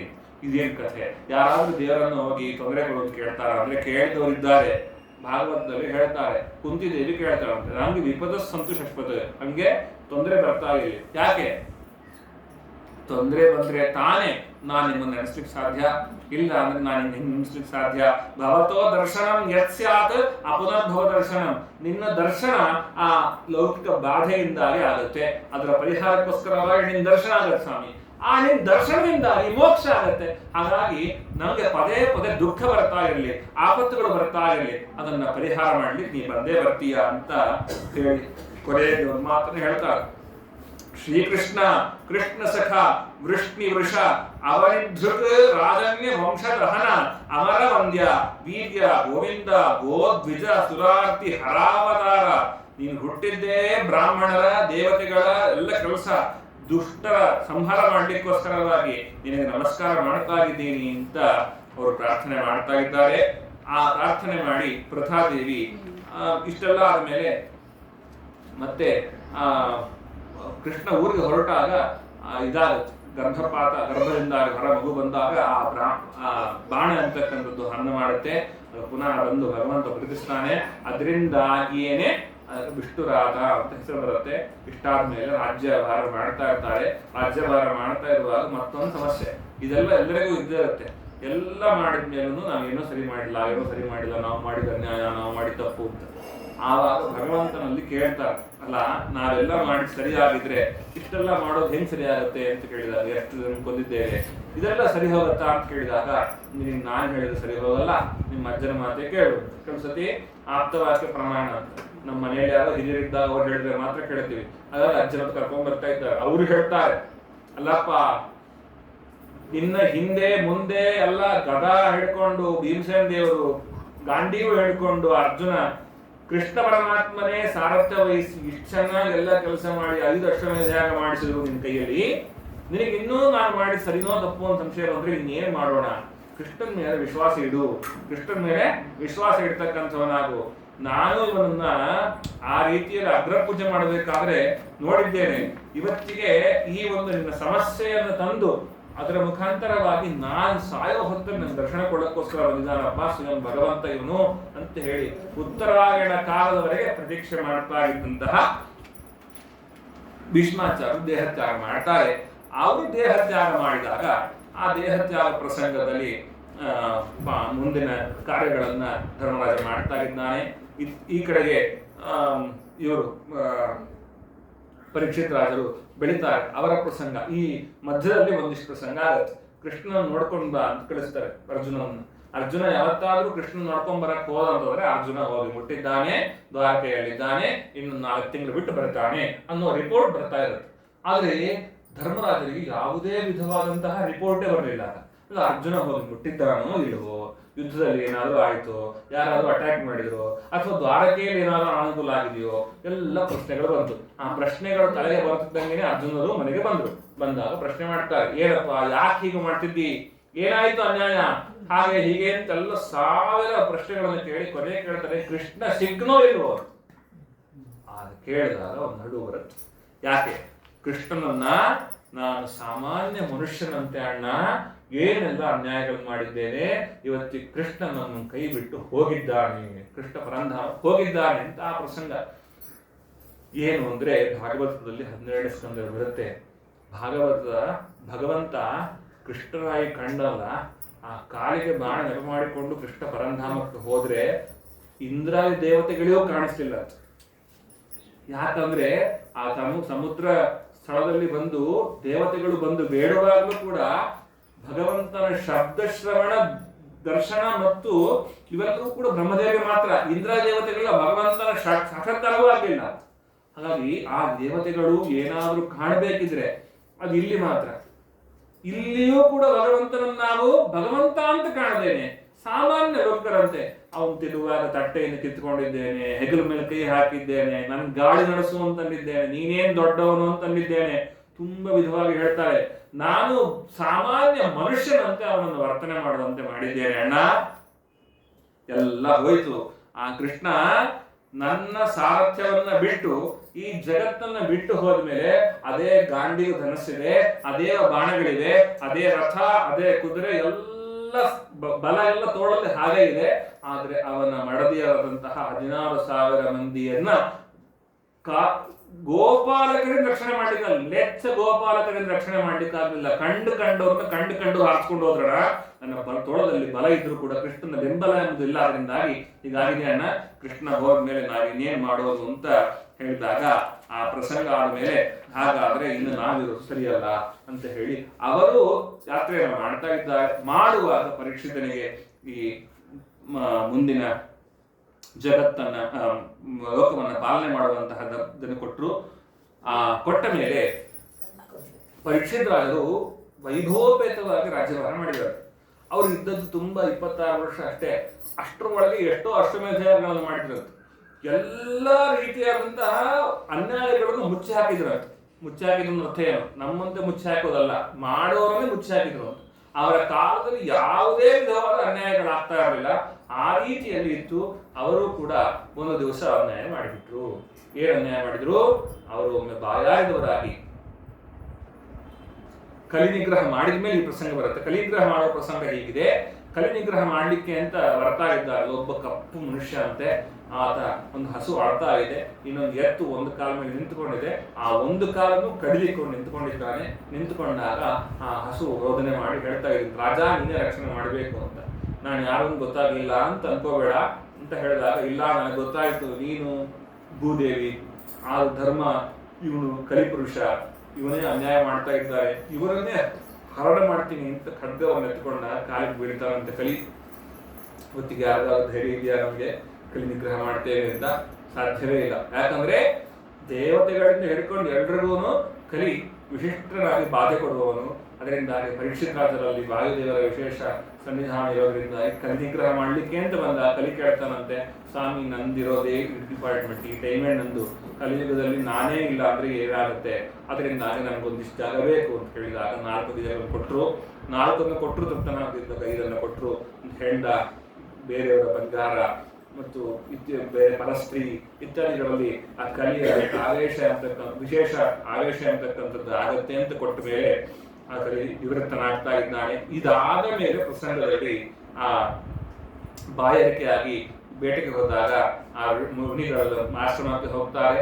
ಅವರು ಕಪಟಿಗಳಾಗಿ ಬೇಕಂತ ರಾಜನಿಗೆ ಒಮ್ಮರಿಯಾಗಿ ಮಾಡ್ತಾ ಇದ್ದಾರೆ ಅನ್ನೋ ಭ್ರಾಂತಿ ಬರುತ್ತೆ. ಯಾಕಂದ್ರೆ ಅವತ್ತು ಅವನು ಹಾಕೊಂಡಿದ್ದು ಜರಾಸಂಧನ ಕಿರೀಟ. ಯಾಕಂದ್ರೆ ಅವರೇ ಜಾಗ ಕೊಟ್ಟಿದ್ದು ಬೇರೆಯವ್ರ ಬಂಗಾರದಲ್ಲಿ ಇರುತ್ತೆ ಅಂತ. ಹಾಗಾಗಿ ಆ ಬಂಗಾರದ ವಶದಿಂದ ಕಲಿಯಾವೇಶ ಆಗಿ ಸತ್ತ ಹಾವನ್ನ ಹಾಕ್ತಾ ಇದ್ದಾರೆ. ಶಮೀಕ ಋಷಿಗಳ ಮಗ ಅಂತಹ ಶೃಂಗಿಗಳಿಗೆ ಗೊತ್ತಾಗತ್ತೆ. ಶೃಂಗಿಗಳು ಆಟ ಆಡ್ತಾ ಇದ್ದಂತಹ ಬಾಲಕರು ಅವರಿಗೆ ಇದನ್ನು ಹೇಳಿದಾಗ ಸಿಟ್ಟು ಬರುತ್ತೆ. ಯಾವ ವ್ಯಕ್ತಿ ಈ ಸತ್ತ ಹಾವನ್ನ ಹಾರ ಹಾಕಿದ್ದಾನೋ ಅವನಿಗೆ ತಕ್ಷಣ ಕಚ್ಚಿ ಸತ್ತು ಹೋಗಲಿ 7 ದಿವಸದಲ್ಲಿ ಶಾಪ ಕೊಡ್ತಾರೆ. ಈ ವಿಷಯ ಕೇಳಿದ ಮೇಲೆ ಶಮೀಕರು ಹೇಳ್ತಾರೆ, ಅಲ್ವಾ ಶೃಂಗಿ, ಯಾಕೆ ನಾವು ಶಿಕ್ಷೆ ಕೊಟ್ಟಿ? ರಾಜನೇ ಇಲ್ಲ ಅಂದ್ರೆ ರಾಜ್ಯ ಬರ್ಬಾದಾಗೋಗುತ್ತೆ, ಎಲ್ಲರೂ ಕಳ್ಳರು ಹುಡ್ಕೊಂಡ್ಬಿಡ್ತಾರೆ. ಆತ ಏನ್ ಮಾಡಿದ್ದ? ಆತ ಏನ್ ಬೇಕಂತ ಮಾಡಿದ್ದಲ್ಲ, ಯಾಕೆ ಹೀಗೆ ಮಾಡಿದಿ? ಹಾಗಾಗಿ ಮೊದಲು ಆ ರಾಜನಿಗೆ ಈ ವಿಷಯ ಮುಟ್ಟಿಸ್ಬೇಕು ಅಂತ ಮುಟ್ಟಿಸಿದರೆ ಆಗ ಪರೀಕ್ಷಿತ ರಾಜನಿಗೆ ಬಂದು ಹೇಳ್ತಾ ಇದ್ದಾರೆ, ನಿಮ್ಗೆ ಇನ್ನೊಂದು 7 ದಿವಸದಲ್ಲಿ ಸಾವು ಬರುತ್ತಪ್ಪ ಅಂತ. ಆಗ ಎಲ್ಲ ವೈಭವಗಳನ್ನ ಬಿಟ್ಟು ತಾವು ಶುಕಸ್ಥಳಕ್ಕೆ ನಡೆದರು. ಆ ಶುಕಸ್ಥಳಕ್ಕೆ ನಡೆದಾಗ ಅಂತ ಸಂದರ್ಭದಲ್ಲಿ ಎಲ್ಲರೂ ಬಂದರು. ಯಾರ್ಯಾರು ಬಂದರು ಅಂತ ಅದನ್ನು ಹೇಳ್ತಾರೆ. ಆ ಬಂದ ಮಹಾನುಭಾವರ ಹೆಸರುಗಳನ್ನು ಹೇಳ್ತಾರೆ. ಆ ಮಹಾನುಭಾವರ ಮುಂದೆ ಅವರು ಕೇಳ್ತಾ ಇದ್ದಾರೆ, ಸಾಯಲಿಕ್ಕೆ ಹೊರಟಿದ್ದೇನೆ, ಸಾಯುವ ಏನ್ ಮಾಡ್ಬೇಕು, ಸಾಯುವಾಗ ಏನು ಧರ್ಮಾಚರಣೆಯನ್ನು ಮಾಡಬೇಕು ಅಂತ ಕೇಳಿದಾಗ ಆಗ ಕರೆಕ್ಟ್ ಆಗಿ ಇವರು ಬರ್ತಾ ಇದ್ದಾರೆ. ಯಾರ್ಯಾರು ಬಂದ್ರು ಅಂತ ಯೋಚನೆ ಮಾಡಿ. ಶುಕಾಚಾರ್ಯರ ಮಹತ್ವ ಎಂಥದ್ದು ಅಂತ. ಅತ್ರ ವಸಿಷ್ಠ ಚವನಃ ಶರದ್ವಾನ್ ಅರಿಷ್ಟನೇಮಿ ಭೃಗು ಅಂಗಿರಾಶ್ಚ ಪರಾಶರ ಗಾರುಸುತಃ ರಾಮಃ ಪರಶುರಾಮಜರಿದ್ದಾರೆ. ಉಚತ್ಯ ಇಂದ್ರಪ್ರಮಥಿ ಯುದ್ಧವಾಹ ಮೇರಾತಿ. ಇದನ್ನು ದೊಡ್ಡ ದೊಡ್ಡ ಋಷಿಗಳು, ವೇದಗಳನ್ನ ಕಂಡುಕೊಂಡವರು. ಅಂಥ ಋಷಿಗಳೆಲ್ಲ ಬಂದಾಗ ಎಲ್ರಿಗೂ ಸತ್ಕಾರ ಮಾಡಿ ಎಲ್ರೂ ಕೇಳಿದ ಪ್ರಶ್ನೆ ಒಂದೇ, ಸ್ವಾಮಿ ಸಾಯುವ ಏನ್ ಮಾಡ್ಬೇಕು, ಸಾಯುವ ಏನ್ ಮಾಡ್ಬೇಕು, ನನಗಾಗಲೇ ಎಲ್ಲ ಮುಗಿದು ಹೋಗಿದೆ, ಏನ್ ಮಾಡ್ಬೇಕು ಅಂತ ಕೇಳಿದಾಗ ಆಗ ಬಂದವರು ಶುಕಾಚಾರ್ಯರು. ಅವರಿಗೆ ಬಂದ ಕೂಡಲೇ ಎಲ್ಲರೂ ಎದ್ದು ನಿಲ್ತಾ ಇದ್ದಾರಂತೆ. ಅವರಿಗೆ ಆಸನ ಕೊಡ್ತಾ ಇದ್ದಾರೆ, ಅವರಿಗೆ ಕಾಲು ತೊಳಿತಾ ಇದ್ದಾರೆ. ಅವರನ್ನು ಕುರಿತು ಕೇಳ್ತಾ ಇದ್ದಾನೆ ಪರೀಕ್ಷಿತ ರಾಜ.